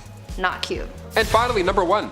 Are you not entertained? Back in the late 1800s, the name Clara Ward would stir up a conversation. She was famous, really famous, for all the wrong reasons, of course. All it took was her bumping into a European royal and Bob's your uncle. Since birth, Clara was born into money. She didn't even need a royal husband. She was born into a wealthy industrialist family. She would sometimes visit the family mills, to make it look good and kind of be like, hey, how's everyone doing? Whatever, just casual visit. But on this one casual visit, she crossed paths with the Prince of Caraman-Chimay. He was there for trade, but when he left, he brought back a wife. Carry on. Also, meet my wife. Here she is. People were freaking out, obviously. A royal marrying a common American girl. Wow, how could you? She was the talk of the town. Unlike Meghan Markle, Clara loved to show off with her newfound wealth. Some loved her and her image, but others not so much. The marriage only lasted 6 years. Clara eloped with a Hungarian musician, then after her divorce she had to model to make a living rather than showing off for clout. Number 10, overshadowed and the beard. Hatshepsut for a long while was content to play the supporting role among Egypt's royals, but when she decided she wasn't anymore, things took a turn. She was the daughter of Thutmose I and wife/sister to her half-brother Thutmose II. I know, don't worry, I'll address it later in the video, stay tuned. When he died in 1479 BC and left their son as heir, she took on the role as regent to Thutmose III, but she basically just acted as the rightful ruler. As the young king came of age finally, she declared herself pharaoh. The strangest part was that she chose to portray herself in pictures as a man with a male body and a false beard. She said that the god Amun was her father and insisted that he commanded her to take charge of Egypt. Who's gonna argue with a god, right? But no one could quite explain the issue with the beard. Nevertheless, during her reign, it was a time of peace and prosperity for Egypt. Number 9, Sesostris. Sesostris was one of the greatest military commanders in Egyptian history, who was celebrated for the extent of his conquests. He stretched the kingdom further than anyone before him, but he was not without his quirks. According to accounts by Herodotus, Sesostris left pillars on every battlefield. Along with the usual bragging and boasting of how he won, he would carve into them images of genitalia, like people do on the bathroom stalls, If he thought that his enemy fought valiantly, he carved a If he thought they didn't put much of a fight, he would carve a Great. Yeah, that just goes to show what he thought about things. The latter was a sign of disrespect for his subdued enemies, while the other was a sign of honor, like, hey man, you stuck it to me. Apparently, some even stood the test of time, lasting over 1500 years and seen firsthand by Herodotus himself. For those of you who don't know, for reference, Herodotus is considered as the father of historians, one of the very first to take up the task. Number 8, ceremonial seating. The whole idea behind the pharaohs was that they were direct descendants from the gods themselves. Therefore, they too had deific powers and had the capability of restoring life to the land. The Nile River had significant importance to the people of Egypt. It provided fertile soil and water irrigation. It was pretty awesome. In order to ensure its abundance would continue, pharaohs would organize a festival where they would ceremoniously fill it with their seed. Yeah, Yeah. Some historians believe that this was in honor of the creation story of how life came to be, and therefore it was kind of like a fertility festival. Crowds would gather at the Nile and await the arrival of their pharaoh. They would then disrobe and give their pleasure into the river to ensure its bounty. Some historians say it was just the pharaoh who did this, while others say that the men joined in after. Evidence still remains pretty slim as to whether this really did happen, so take this one with a grain of salt, but that's not to say that there isn't any evidence at all that it did happen. So there. Number 7. Deliver me naked. Cleopatra is known as one of the most beautiful women in history, but this could be due to how she used her feminine wiles to get what she wanted. Her beauty and cunning became renowned as a result.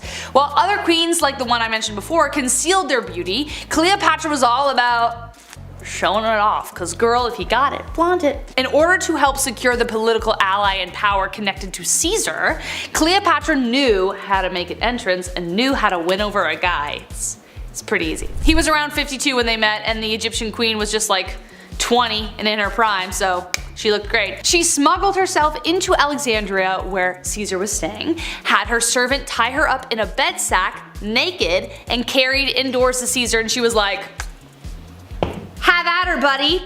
In other words, she wrapped her naked body in a carpet, made Caesar's jaw drop to the floor, and secured one of the most beneficial unions on the spot. Honestly, not really messed up. Kind of badass. Honest, just do your thing. Work it, girl. I dream of having that confidence with my clothes on. You know what I mean? Go girl, you got this. You get that empire. In at number 6 is Maria Eleonora of Brandenburg. Maria Eleonora was born in 1599 to Prince of Brandenburg and Anna, Duchess of Prussia. She grew up pampered, and Maria Eleonora was the it girl of the 17th century. All-powerful monarchs fell over themselves to marry her. While she was dismissive of the 22-year-old Swedish king Gustav Adolphus initially, in 1620 she changed her tune as she'd apparently fallen in love with him practically overnight. And so they were married. With the king so frequently risking his life in battle, it became imperative that his wife produce a male heir, so Maria had to hanker down and focus on the baby-making business. Maria experienced 3 stillborn children consecutively before the successful birth of her daughter in 1626. It was a rare break in battle, so her husband was there to excitedly greet his daughter. Maria, however, had a very different response. Her baby was born with the condition fleece lanugo, a condition where hair covers the body of a newborn. Her infant was enveloped from its head to its knees, leaving only its face, arms, and lower legs visible. Maria was horrified, claiming to have birthed a demon, and rejected her daughter for the decade to come, even after losing her husband in 1632 Battle of Lutzen. And while everyone mourns their own way, it's easy to say Maria really took it up a notch. She forced their daughter to sleep in blacked out rooms and reportedly hung King Gustav's heart in a golden casket on the ceiling above the bed, making the girl sleep directly under her father's blessed remains. In 1633, Maria Eleonora returned to Sweden with her beloved's embalmed body. She refused to bury Gustav for more than a year, reportedly embracing and caressing the decomposing king. Maria's story continues to become more demented with time, and her daughter grows to become her caretaker, especially when troublesome Maria runs away to Denmark permanently, and her daughter's left to become the queen and pay her mom's allowance to Danish royals. Awkward. Number 5 may have not gone mad, but it was her favorite emotion, Empress Anna of Russia. She is remembered as a horrible and spiteful child with a cruelty streak. Young Anna, it was reported to be mannerless and vulgar. So when her father, who experienced a stroke shortly after her birth that left him handicapped, passed away, her very traditional mother attempted to raise her in classic elements of strict religious femininity, so she may be a quiet and obedient woman. Anna had other plans. She hunted animals, kept guns and swords, and terrorized other children as well as the commoners. This behavior was all a massive red flag for some of the crazy things she'd do later in life when granted power and the means. Anna's only husband ever was Frederick Williams, who at their reception indulged a little too heavy on alcohol and gave him a hangover so wicked that 3 days later he just died. In 1730, her uncle Peter the Great passed. The Privy Council turned her into the Empress of all of Russia since she was widowed and childless, which was assumed to cause less trouble. The joke's on them, because she turned around and immediately abolished the Supreme Privy Council and re-established the autocracy. Now, she had the sole power, and while she made some serious political waves, Anna also made some strange choices. She has a serious vendetta with Peter the Great's daughter Elizabeth, her her cousin. Elizabeth was a better looking, younger, and also a rival for her throne. So she ruined her life. No nobleman could marry Elizabeth. If Elizabeth chose a commoner, the empress would strip her of her titles and her claim to the throne. When Anna found out about Elizabeth's side piece, the unhinged empress ordered her men to cut out his tongue and exiled him to Serbia. Anna even woke up one morning and decided to force Prince Mikhail to marry her lower-class older maid as a joke. After the ceremony wrapped up, Anna placed the prince, Mikhail, and the maid in a cage, dressed them as clowns, and paraded them on top of an elephant to an ice palace she had constructed for their honeymoon. In the extreme cold of Russia, she reportedly advised them to get to doing the dirty with each other if they wanted to keep their bodies warm enough to stay alive. Maria Eleonora wasn't the only queen who couldn't give up on a dead relationship, pun intended. Number 4 is Joanna of Castile. Never meant to be a princess, let alone a queen, Joanna earned her title and nickname Joanna la Loca through unfortunate means.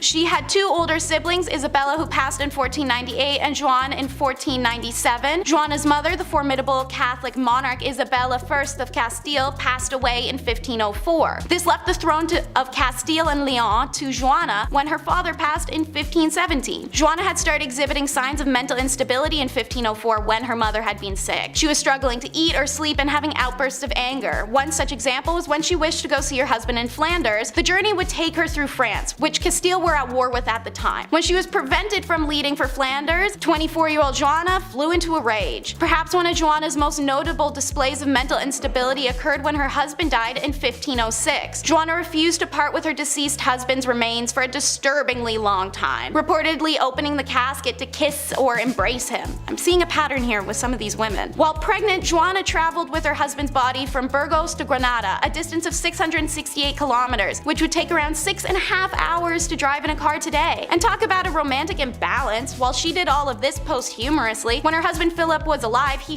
talked Joanna's madness to anyone that would listen and completely discredited the woman. In 1509, Joanna was placed in the royal monastery/convent of Santa Clara in Tostillas, Castile, by her son Charles, who also forbade Joanna to have any visitors until her passing. The most recognizable name on our list is Marie Antoinette, who is number 3 in our countdown. Married at only 14, Marie was known to have lived an opulent lifestyle, but there was a lot of conspiracy and debate about the young woman. She was performing what she knew her royal duties to be, and she was known for not always being the most educated. She started the trend of riding donkeys and the worldwide trend of feathered/stuffed bird hats. She even once had an entire miniature village created with functioning shops so that she and other elites may dress like commoners and experience living lower status. Marie was misguided and young, but she was also the victim of an incredible smear campaign. She was accused of having ulterior motives constantly, supplying the Austrians with military plans or siphoning millions of livres of treasury money to Austria. It was the tales of sexual deviance that were the most damaging though. Alleged to have had orgies, laid with commoners, or even have sex with her own ladies-in-waiting. Her most offensive accusal was thrown at her in trial before her famous decapitation, where she was accused of committing indiscretions with her own child, Louise Charles. With such a vast array of accusations against her, not one of which was supported by any concrete evidence, the trial was a formality, conceived merely as a step towards completing the revolution. Marie Antoinette was declared guilty and executed only hours later at the age of 37. Speaking of sexual deviance, meet Queen Anna Nzinga, who is number 2 in our countdown. Queen of what's now known as present-day Angola, Anna took the crown when her brother passed away. Being Queen of Angola was hard work. Anna managed to keep the Portuguese invaders out for over 40 years alone. So how would you, a tough and titanous queen, decompress? Why, by building a harem, of course. Anna collected the men she found to be the most attractive warriors in her region, keeping a harem of 50 to 60 men close at hand for whenever she, well, wanted to romp in the sack. Spending a great deal of her time strategizing around battlefield in men's apparel, some historians wonder if that's why she required the men in her harem to dress as women. Now, Anna didn't have time to deal with picking who she was gonna sleep with every night, so she devised a unique system. Anna would just have the 2 men who desired her the most that evening fight to the death every night and then bed the winner. The next day, the winner still loses, as she would have them executed. Anna disbanded her harem at 75 when she took on her teenage husband, cementing her status as not only a serious badass who liberated her people and established dominance in an era of men, but also as a cougar. The next queen fought her way to the top of the countdown. Number 1 is Queen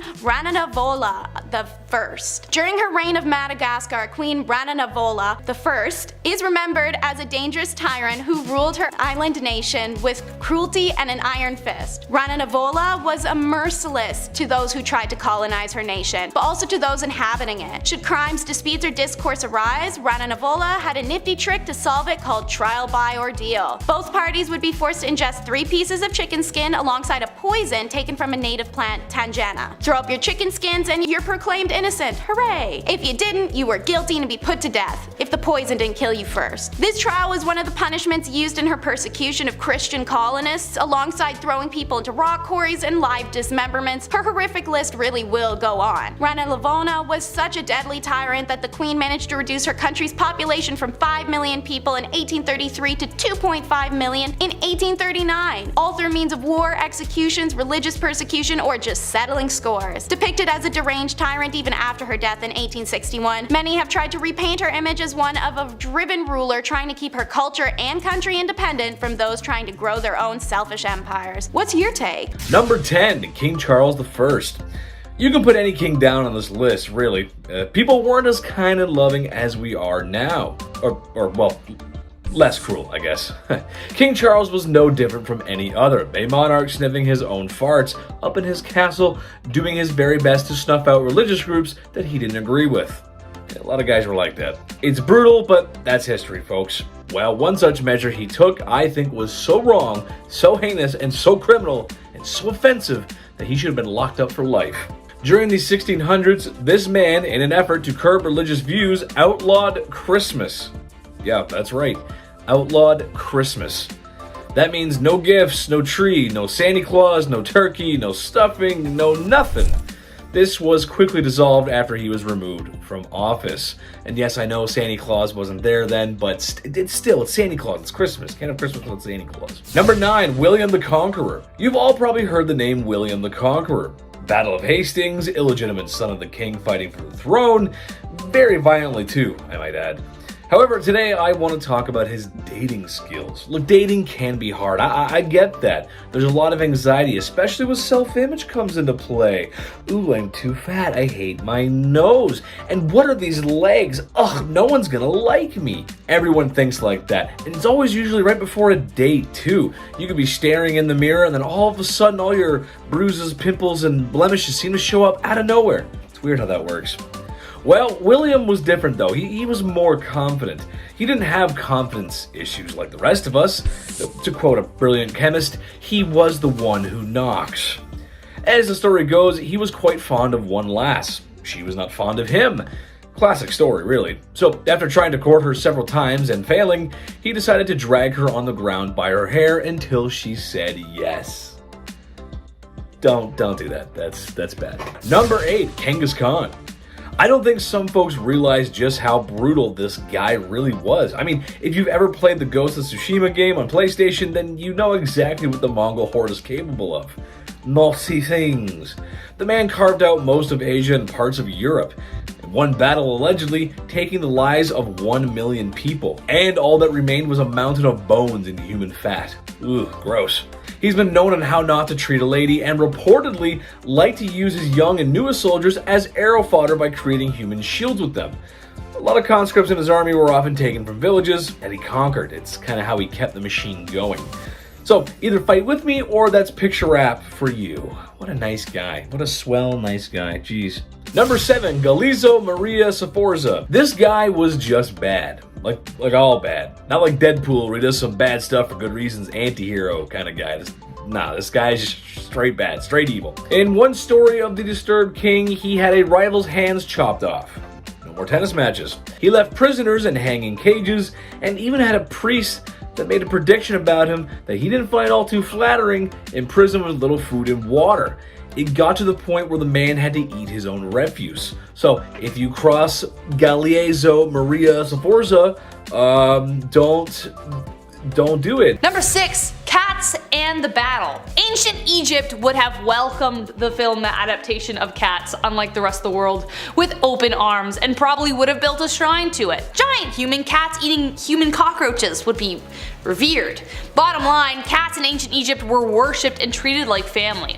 It was considered a crime punishable by death to harm one due to the belief in the goddess Bastet. One pharaoh even risked losing a battle because of cats themselves. The Battle of Pelusium of 525 BCE between Pharaoh Psamek III and the Persian king Cambyses II resulted in the first Persian conquest of Egypt, all because of cats. Cambyses took advantage of the cat-loving side of Egypt and used hostages of cats and animals as leverage. So they were just kind of like, well, we can't fight if the cats are let loose. What are we gonna do? We can't kill the cats. And that's how they lost that battle. Number 5, honey-coated. Who here hates bugs bothering them in the summer? Unless they're a bumblebee, because we love bumblebees here, right guys? But me too. No one likes the buzzing of bloodsuckers nipping at your skin while you're chilling out on the beach or barbecue. Well, guess what? Egyptian pharaohs hated it too, except they didn't have bug spray. So what did they do? Well, you know the phrase, you can catch more flies with honey than vinegar? Well, they took that literally. Conveniently, they had servants around them at all times, so to help with the bug problem, they covered them with honey so as to distract the bees and the bugs. So as the pharaohs lounged on the sand or wherever they were, their dutiful servants took on the job of taking on the bug bites. King Pepi, for instance, had a dedicated slave in his entourage who endured it every day, poor guy. It was so effective that he had one designated in each room. Poor guys. Number 4, assassins. This wasn't necessarily something that he did, but something that happened to him that was pretty messed up. As you can guess from the title, it involved assassins. Ramses III had a lot on his plate during his reign. There were this group of seafarers trying to destroy everyone, the tomb builders did their first labor strike over wage delays, I get you, the economy was deteriorating, weather was devastating food production, things were corrupt as hell, and on top of all this, his secondary wife, Ta, hated his guts. She, along with a dozen members of his harem, the head of the treasury, a military captain, a butler, the butler did it, and the chief royal chamberlain, hatched an assassination plot. In 2012, researchers used a high-powered CT scanner on Ramses' mummy and saw a massive throat gash covered by an amulet said to have healing powers. The researchers summarized that an assassin cut through Ramses' esophagus and trachea, killing him practically instantly because he probably would have just let out that fast. Some other research suggests that this happened before the other assassination plot unraveled, but either way, not a good way to go. Number 3, till death do us part. Remember that thing I mentioned at the beginning? Well, if you were a servant to a pharaoh in ancient Egypt, you were hoping that your dude lived a long time because once they bite the dust, so did you. Now keep in mind, ancient Egyptians believed strongly in the afterlife, so when you died you didn't just disappear, you literally just traveled to another world. That's the whole idea behind religion anyway. The discovery team organized by NYU, Yale, and the University of Pennsylvania discovered macabre evidence of this tradition. While excavating the mortuary ritual site of Pharaoh Aha, they found 6 graves not far from his tomb. They were skeletons of court officials, servants, artisans who appear to have been sacrificed to serve the pharaoh in the afterlife. Aha's successor, Djir, had more than 200, which are also presumed to be sacrificial burials as well. Number 2, marrying your siblings. Again, remember the thing I mentioned before and now I'm actually getting to it? I promised, and here we are. Not so long ago, it was normal to court your very own cousin, but today that would be considered a very large taboo. I'm not gonna lie, it gives me the skippies, okay? I don't like imagining even marrying any of my cousins, that's weird to me. But the ancient Egyptians took things even farther, or should I say brought it closer, by marrying their very own siblings. Hey, that's one way to guarantee that the line will stay in the family. But knowing what we know about the genetic pool being too close and the complications that can arise, there's things that can go wrong. But nevertheless, it happened. DNA testing from King Tut's corpse revealed that he was a product of a union between 2 siblings. Pharaohs believed that they were descended from the gods. Therefore, keeping it in the family was crucial in maintaining that bloodline. King Tut even married his own half-sister, same dad, when he was just 10 years old. However, generations of inbreeding resulted in a bone disease that got more severe each time. Cleopatra also married her own brother as well. That was a whole thing, and then she met Caesar and that whole thing we talked about, yeah, that thing. let's move on. Number 1, Akhenaten. One of the most polarizing figures in Egyptian history, Akhenaten tried to get rid of religion, and as a result they got rid of him. Akhenaten earned the title Heretic King, and a recent discovery has revealed that his deeds might have been a lot darker. Akhenaten came to power in the 1350s and reigned for around 17 years. He is known for creating a new religion surrounding Aten, who was generally represented as a sun disk. Sometime around his 4th year, he started sending out agents to erase names and images of certain gods from existing texts and monuments. Around the 5th year, he claimed to discover the location of the new royal city and moved Egypt's capital from Thebes to Akhetaten, today known as Tel El Amarna. There, his people suffered greatly under slave labor, with bodies being uncovered younger than 20, many with bones broken, spines broken, along with evidence of severe malnutrition. When the pharaoh finally passed, his tomb remained unfinished and his name was stricken from the history books. At least now, we can see why. Number 10. Boudica. She was very tall, the glance of her eye most fierce, her voice harsh. A great mass of the reddest hair fell down to her hips. Her appearance was terrifying. Sounds awesome to me. One of the most famous queens in British history, Queen Boudica was originally co-ruler of the Iceni tribe of East Anglia alongside her husband King Prasutagus. That is, she was until the Roman governor of Britain at the time attacked. Prasutagus was killed and his lands and household were plundered by the Romans. Boudica and her daughters were rather savagely treated as well. So much so that after the fact she rose up, leading other tribes of Britons who banded together and decided to take the fight back to the Romans. The Britons captured the Roman settlement of modern-day Colchester, with the imperial agent fleeing to Gaul. They fought to London and to St. Albans, storming the cities and sending the defenders fleeing. The Britons desecrated the Roman cemeteries, mutilating statues and breaking tombstones. The Roman governor of Britain at the time, who had fled with his troops into the safety of the Roman military zone, challenged Boudica with an army of 10,000 regulars and auxiliaries. Win the battle or perish, that is what I, a woman, will do. You men can live on in slavery if that's what you want. It's a pretty good quote. The battle was a brutal defeat though, with Boudica taking poison to avoid becoming a prisoner. Criminal to the Romans, but I mean, a hero to pretty much everyone else. Number 9. Nefertiti.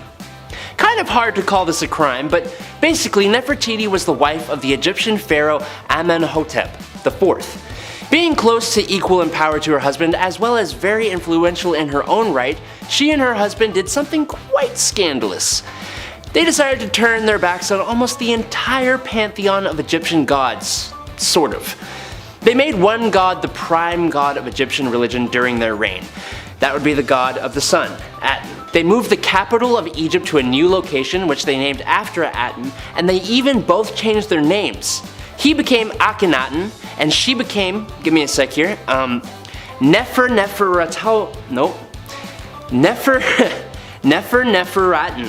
Nefertiti. There's like a hyphen in there, I don't know.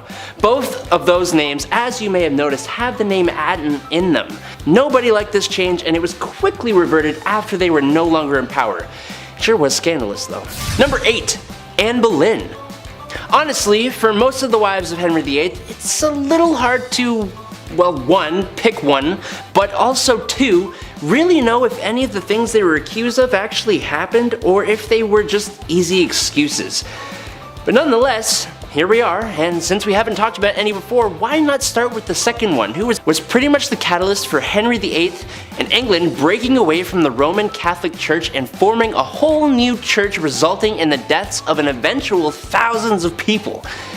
You see, divorce is strictly prohibited in the Roman Catholic Church, so when Henry met Anne, his wife Catherine, who had not produced him a son to carry his name, just kinda had to go, prompting the whole damn Reformation. Was it worth it? No, because the marriage lasted 3 years before she was charged with infidelity and incest, and lost her head. I kinda feel bad for anyone associated with King Henry VIII though. Number 7. Queen Dida. Queen Dida of Kashmir was quite an ambitious queen mother. Dida seized complete administrative control during her husband's reign, ultimately becoming queen regent for her son and grandsons. That ain't enough for Miss Dida here. Mere advisory for her? No sir, she despised being just an advisor, and Well, she disposed of all 3 of her grandsons using medieval forms of witchcraft and torture. Yikes. How dare they make Gma their advisor? Queen Dita got what she wanted at least, as she then reigned as monarch for 23 years, being in some form of power for nearly the whole of Kashmir's 10th century. And while she may have been more than a little brutal, she was honestly one of the best and strongest rulers Kashmir has ever had. Number 6, Ivan the Terrible. I'm not that familiar with Russian history before the year 1900, but there is a lot to unpack. It's not all Lenin and hammers and sickles and such. Ivan the Terrible was the first Tsar of Russia, and he was quite the specimen. From having struck his daughter-in-law and unlifing his son in a fit of rage, he was one nasty dude. However, I believe the story of him in St. Basil's Cathedral is more noteworthy. As the story goes, Ivan commissioned an architect to build St. Basil's Cathedral. If you've ever seen it, you know how gorgeous it is. All the onion palace buildings and whatnot, you know what I'm talking about. Ivan was so impressed with the architect's work that he had his eyes gouged out so that no one could ever build another structure or gaze upon another structure as magnificent as the cathedral. That's hardcore, dude. That's pretty hardcore. So if you do a bad job, he probably would have got rid of you, and if you do a good job, he'll still get rid of you. Number 5, Ferdinand I of Naples. This one is so strange, I can't even, I have to mention, I cannot not say it. In a nutshell, Ferdinand looked normal, just your average European king. I mean, what could be wrong about this guy, right? He looks pretty normal. Well, the guy was basically Buffalo Bill. Ferdinand liked to keep his enemies close, taking after a little bit of Michael Corleone. However, so close that oftentimes dinner guests would mysteriously disappear and end up not breathing. Afterwards, they would be mummified and pickled and dressed as if they were still alive. He would then invite more guests over for dinner to show them what could happen if they crossed him.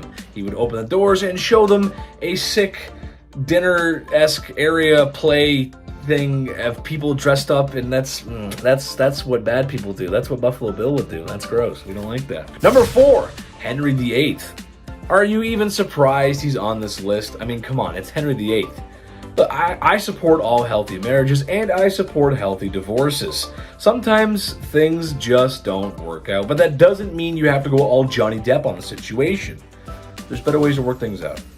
Well, in Henry's case, it may not be televised on national TV, or global TV in this case. It was more like Edward Scissorhands, if you will. Henry VIII is famous for dealing with his wives. When the church would not grant him the divorce he so wished for, he removed his wife's head from her body. And then he remarried and divorced another, and then another one lost her head and then divorced another, and then finally he passed away and the wife lived on. It makes sense, sure, that's... All I'm saying is the man went a little too far, that's all I'm saying, just a little bit. Number 3, John, King of England. This is the dude who wrote the Magna Carta, which for legal students everywhere is like Planet Krypton. It's where it all starts. The whole Superman, the law, everything. It's the basis of everything. Besides Hammurabi's Code, of course. Well, it's not like he signed it very enthusiastically, and the man really wasn't the nicest. He's also known for taking 22 of his most noble knights and throwing them away in a dungeon until they starved and didn't wake up for, well, no breakfast. He betrayed his brother, Richard the Lionheart, the very famous Richard the Lionheart, who also wasn't very nice either, and is suspected of being the mastermind behind the de-lifing of his nephew. Ooh, talk about family scandal. Number 2, Napoleon Bonaparte. I know, hear me out though. The story of France and Napoleon is one for the history books. I mean, really, it's so strange. Imagine a country that violently overthrows its king and queen, and then while in the middle of that, which could be described as the worst political strife in history, you then go to war, which, if you know how that, it's not a good idea. You're probably going to lose. Except Napoleon didn't lose. Napoleon took France to war like 5 times within a short time period and won most of them. It's pretty good. Well, good for winning, not good for the people that didn't make it. That's when he declared himself Emperor of France and kind of lost his way, which it's stupid because it defeated the whole purpose and point of the revolution and the democracy that the people were so fighting for. Eventually, the international community caught up with him and banned him to an island twice. Because he came back and said, I'm back, and they're, no, back to the island. Go back. You're going back. Number 1, Elvis Presley. Look, I know, it's Elvis, but he's the king of rock and roll, man. You can't go wrong with Elvis. Plus, it kind of works too, because I think people have a really good image of him, but he actually wasn't. You'll see. He is the king of rock and roll, to be fair, and he's more famous than any king on this list, actually. But the king of rock and roll isn't so squeaky clean, and certainly not a stranger to crime and scandal. At some points in his career, you could find him excessive drinking and using illicit substances, if you will. He might have had to put on those jailhouse rocking denims, well, for real. Back in 1956, at the peak of his fame, really, Elvis got into a physical altercation with two gas station attendants after fans began to crowd him. It was a messy situation, and he was actually up on charges of battery and disorderly conduct. Not a good look for the king, baby. The king's gotta stay clean. Number 10. What a drag. Bachelor number 1. What would you do if I refused to marry you? Well, I would probably get quite violent and lead to the destruction of 10,000 lives at the Battle of Hastings. Might just drag you around by your hair and see where the night goes. William I, or more appropriate, William the Conqueror, was a fierce warrior and the first Norman king of England. Being the illegitimate child he was to the throne, some people didn't exactly respect the power moves old Willie was making. People rebelled, and he crushed them. Oh, and there was this one time that he fancied a woman named Matilda. Being the respected woman that she was, she declined Willie's advances. Willie, not taking no for an answer, promptly dragged her around by the hair until she agreed to marry him. Gee, what a swell guy. Number 9. Let them eat cake. France had seen better days in the 1790s. People were starving, the economy was bust, and for some reason the poorest citizens were being taxed the most. When cries were made from the people, they demanded that change be made. King Louis XVI, being the great leader he was, he listened to the people and there was no problem ever again. Oh wait, he did nothing and the country had a bloody revolution. The man supposed to be leading his people failed to act. In fact, he did less than nothing, often trying to silence the riots by force. But when people are very hungry, and you're living fat with high society, you can lose your head in all that chaos. While the famous quote, "let them eat cake," may not have actually been said, it's a good reminder of the disconnect between the upper class and poor. Leaving your people to starve isn't the best idea if you want to be a king for a long time. Number 8. Cashback. King George III had a simple ask of the American colonies. Right then, we just saved you all from the French and Indians, so now it's time to do the right thing and pick up the bill. Britain introduced new taxes on the colonies in order to pay back what it had spent on the previous war. But in reality, he was asking the colonies to pay up without much in return.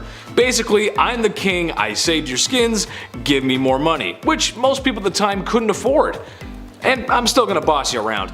The British Empire may have been victorious, but it was the colonists who felt all the effects of the war and the economy. This happened multiple times before some patriots had had enough and decided to act. And what he did when the people he was forcing to give money spilt a little tea? Well, he sent British troops for a semi-friendly military occupation. I'd hate to loan this guy a nickel. Number 7. Terrible Ivan. He wasn't called Ivan the very friendly and generous and would for sure never cause any harm to anyone ever. He was Ivan the Terrible, and for good reason. His actions are very unholy. Let's start with the fact that he killed his son's pregnant wife.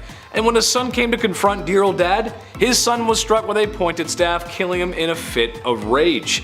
A legend tells us that once St. Basil's Cathedral was finished construction, he was so pleased with the architect, to reward him for such magnificent work, Ivan gouged his eyes out so that no one would ever design something so beautiful again. His paranoia also caused the slaughter of Novgorod, where after he was done claiming thousands of lives, he burned all the fields just for good measure. Wouldn't want all those dead people farming without your permission. Should we tell him about the other world monuments? Number 6. Queen Nandi. Queen Nandi of the Zulu Empire has a story that literally sounds like it's straight out of a movie. Before the Zulu Empire ever came to become a thing at all, Nandi was impregnated by a Zulu chief in the 1700s, giving birth to a son they named Shaka. But being the third wife of the chief, she and her son were often ridiculed and shamed by other chieftains.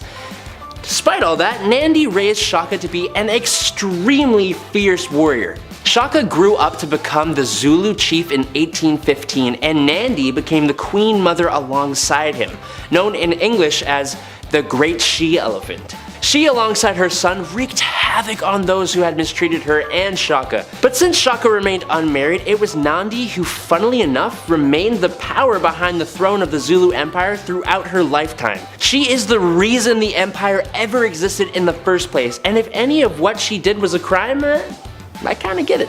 Number 5. Julia Agrippina, Nero maker. Yes, making Nero should be considered a crime. But But honestly, Julia Agrippina of Rome did quite a bit more than just that, and I can see where Nero got it all from. You see, Agrippina wanted to be in power, and when her uncle, Emperor Claudius, separated from his wife due to a scandal, Agrippina saw an opportunity, no matter how messed up it seems to both us and the people of the time. Agrippina seduced her uncle, became his fourth wife, and by extension, became the empress. But it doesn't stop there. She manipulated her uncle husband into making her son Nero heir to the throne, and set up a marriage between Nero and her daughter-in-law Octavia. It's even rumored that she poisoned the food that ended her husband's life, allowing Nero to rise to power, which really bit her in the butt when Nero had her assassinated. What is this crazy family? Good God. Number 4. Queen Theodora.